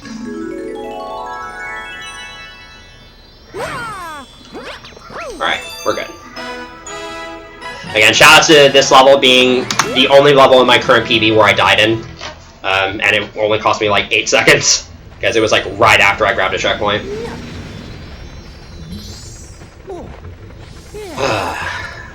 So that's B-Block Comet over and done with, but now we have this star. This is the one that takes 32 Comet Metals to spawn, and let's just say I don't like this star very much.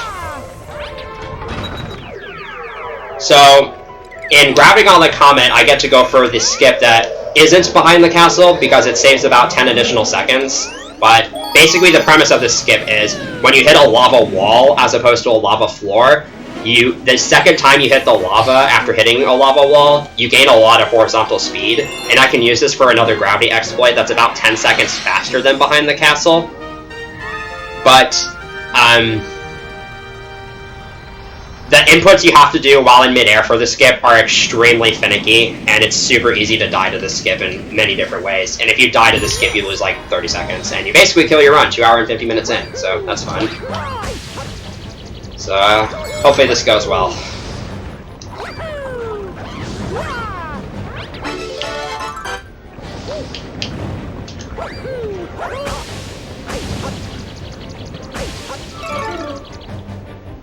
I have no faith in this. Okay, that somehow worked. So, if you land too far to the... If you spend too long in the air and land too far to the left when doing that skip, sometimes you just fall through the floor and die, even after you land. I got pretty lucky there, but, yeah, that was, that's a very tough skip. You have to switch directions in midair at very precise intervals, and messing anything up results in death. But yeah, very happy I got that first try. That's like the last big hurdle in this category.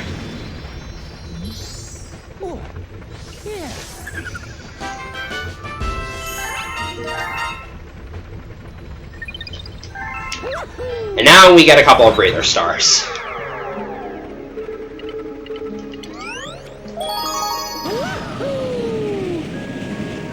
So Starshine Beach Comet, this is the comet we had to go out of our way to get the Comet Metal for.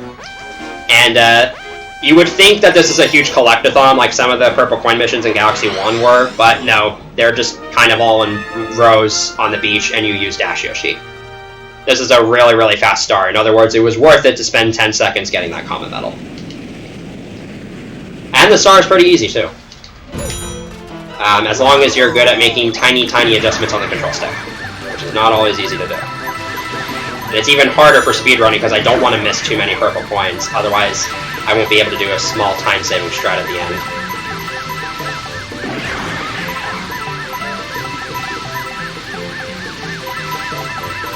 Okay, so I should be able to just, yeah, I can move off to the right here, and I don't need to get that many purple coins here. So just going off to the right of that tower is a little bit faster than going to the left, as long as you have enough purple coins.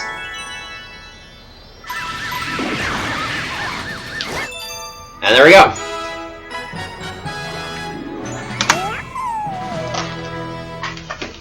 And now the remaining 2 stars I need to get to fulfill 70 stars are simply in World 6.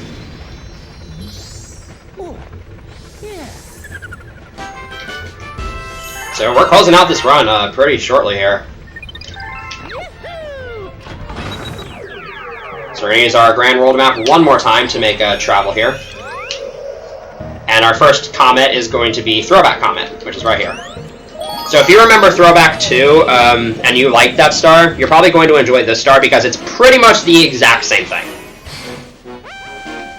The only difference is that there happens to be a timer at the bottom of the screen. And also there's going to be some cycles that are slightly different at the start because the level intro cutscene shows different parts of the level. But for the most part, this is pretty much the same thing as Throwback 2. So this bump here, I think that's what it's called, it's a little tighter to get past without slowing down. You have to have good long jumps to make it past. But once you get here, it's pretty much the same from there on out.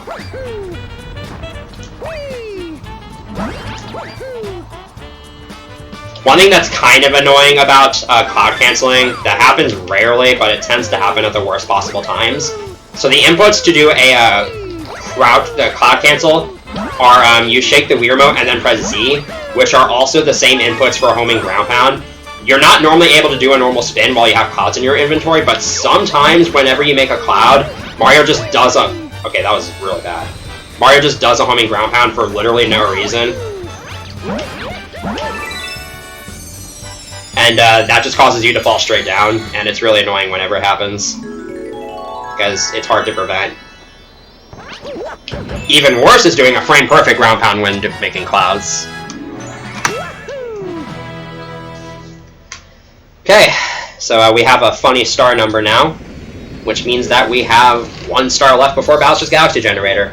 This run's, again, this run's closing out.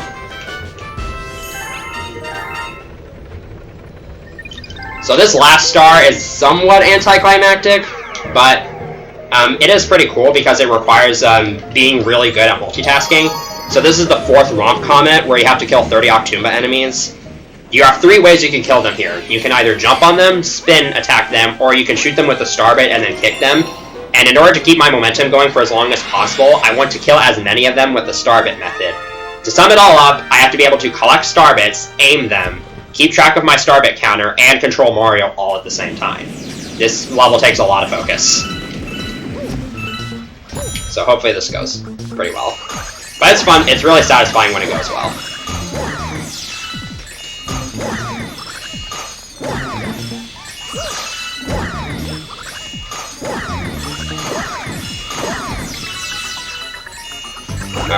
So that's the risk of going for that strat, is sometimes you miss aim and then you just run into the enemy because you didn't realize it in time.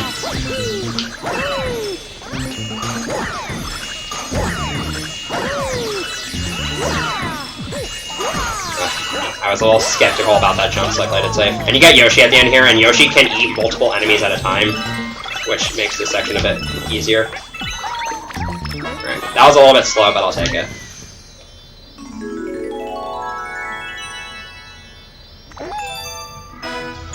Alright, so that's it.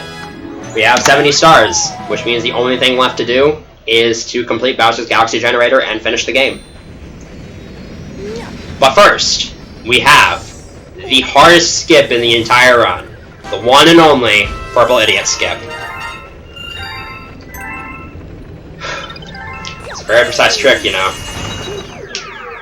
So, the space before the Galaxy Generator space has a cutscene where Lubbo wants to talk to you and tell you it's like the final battle and you gotta get ready and all, but we don't want to listen to that. He's bothered us too many times, so we're just gonna do that instead. So yeah, basically all you have to do there is click on the Galaxy Generator space with the Wii Remote instead of moving there with the nunchuck, and you skip over the cutscene. I just saved 35 seconds and you didn't even realize it.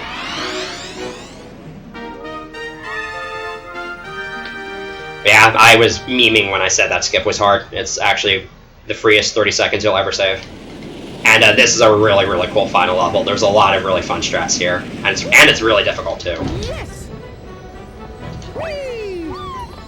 So to start off, we have another lava wall boost, which I'm going to use to skip killing these hammer bros in this next section. This one's much easier than the one in Gravity Gauntlet Comet.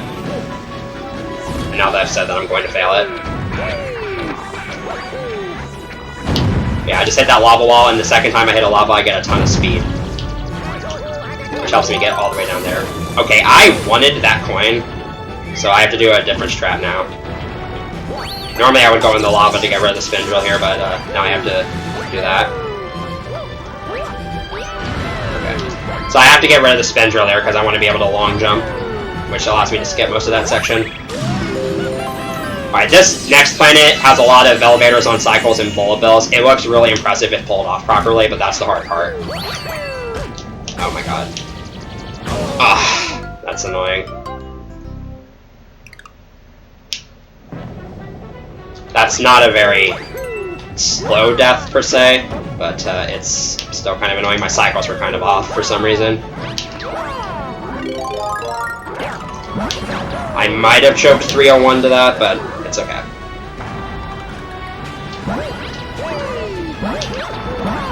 It looks like the hard part here is going pretty well. And if you thought all that looked crazy, we still have one more infinite flutter. And this is probably my favorite infinite flutter in the run, just because it looks so cool. You basically skip a huge Yoshi section and auto-scroller by just doing 2 different infinite flutters to go straight to the end. Because of the 10-second cooldown, I have to do this in 2 flutters. So this first one is going to be to the top of the castle, and I'm going to flutter over that giant pit of lava and dismount at the very end to reach the final platform of the level.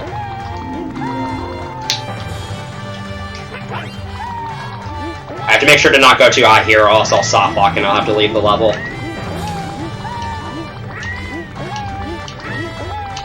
Alright, dismount right at the end. And we can land on this top platform here, because that's slightly more optimal than landing on the bottom. And you can actually hit 2 of these blocks at once with a super precise ground pound, but it's almost impossible. And pretty much there's no consistent setup for an RTA. Okay, but now we're off to the final Bowser fight. This isn't necessarily a common late-game run ender, but it's up there. Because Bowser does go back to dropping 3 meteors in this fight, but he is a lot quicker to pull out his punches in this fight. So you have very, very little time to react with each hit. And again, every missed hit costs 20 seconds. It's super easy to miss hits in this fight. So hopefully this goes well.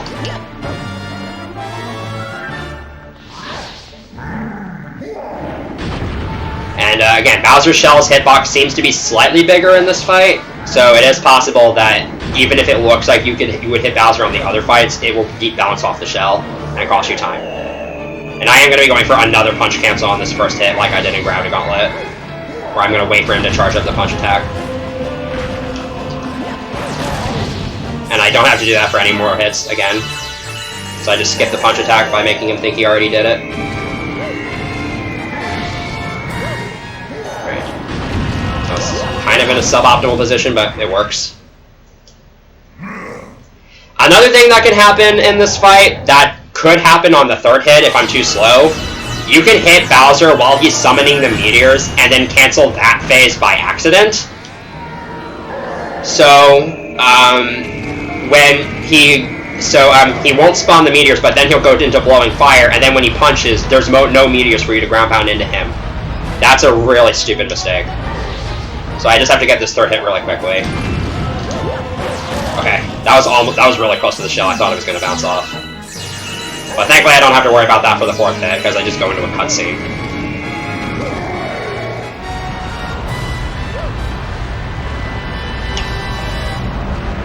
Alright, I think this is a good position. Okay. This fight's really scary at the end of runs. Alright, and that's it. You know? Bowser's dead. We have successfully completed the game.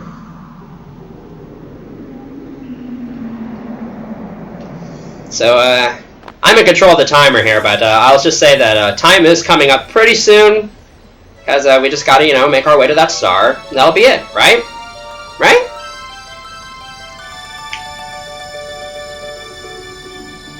Just gotta do a couple long jumps, we're gonna get that cake, and debated. Yeah, there's more to this fight. You can't actually skip this final part of the fight. That star doesn't even have a hitbox. And what's even more annoying is that this fight is pathetically easy. You just press A and Z 4 times and you win. Bowser's one attack drops a coin in this fight, so it's literally impossible to die. But it has epic music. Unfortunately, you just don't get to hear too much of it.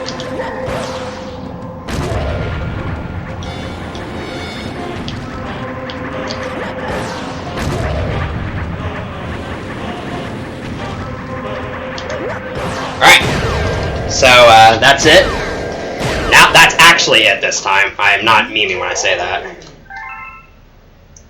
So, time is actually going to be coming up soon. It's going to be when I touch the Grand Star, but I'm in charge of the timer on stream, so that doesn't really matter.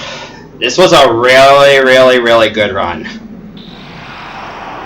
Yeah, my PB is a 3:00:58, which is second place. Just a little under 2.5 minutes behind the world record. I am planning on going for sub 3 in the future, and this is going to be a low 3:02. So not quite a marathon PB. It's like less than 10 seconds off my marathon PB, but still a really ridiculous run for a marathon. I'm really happy with how this went. So yeah. Not quite a 3:01, but you know, we take these. 3:02:03. That's a pretty darn good time. I'm not gonna lie. That's pretty darn good for a marathon, and I'm very happy that I did that run went as well as it did. I was kind of nervous because my practice run was a mid 3:01, which is just nuts, and I was afraid I wouldn't match that good of a time in this run, but ended up going pretty well. You know.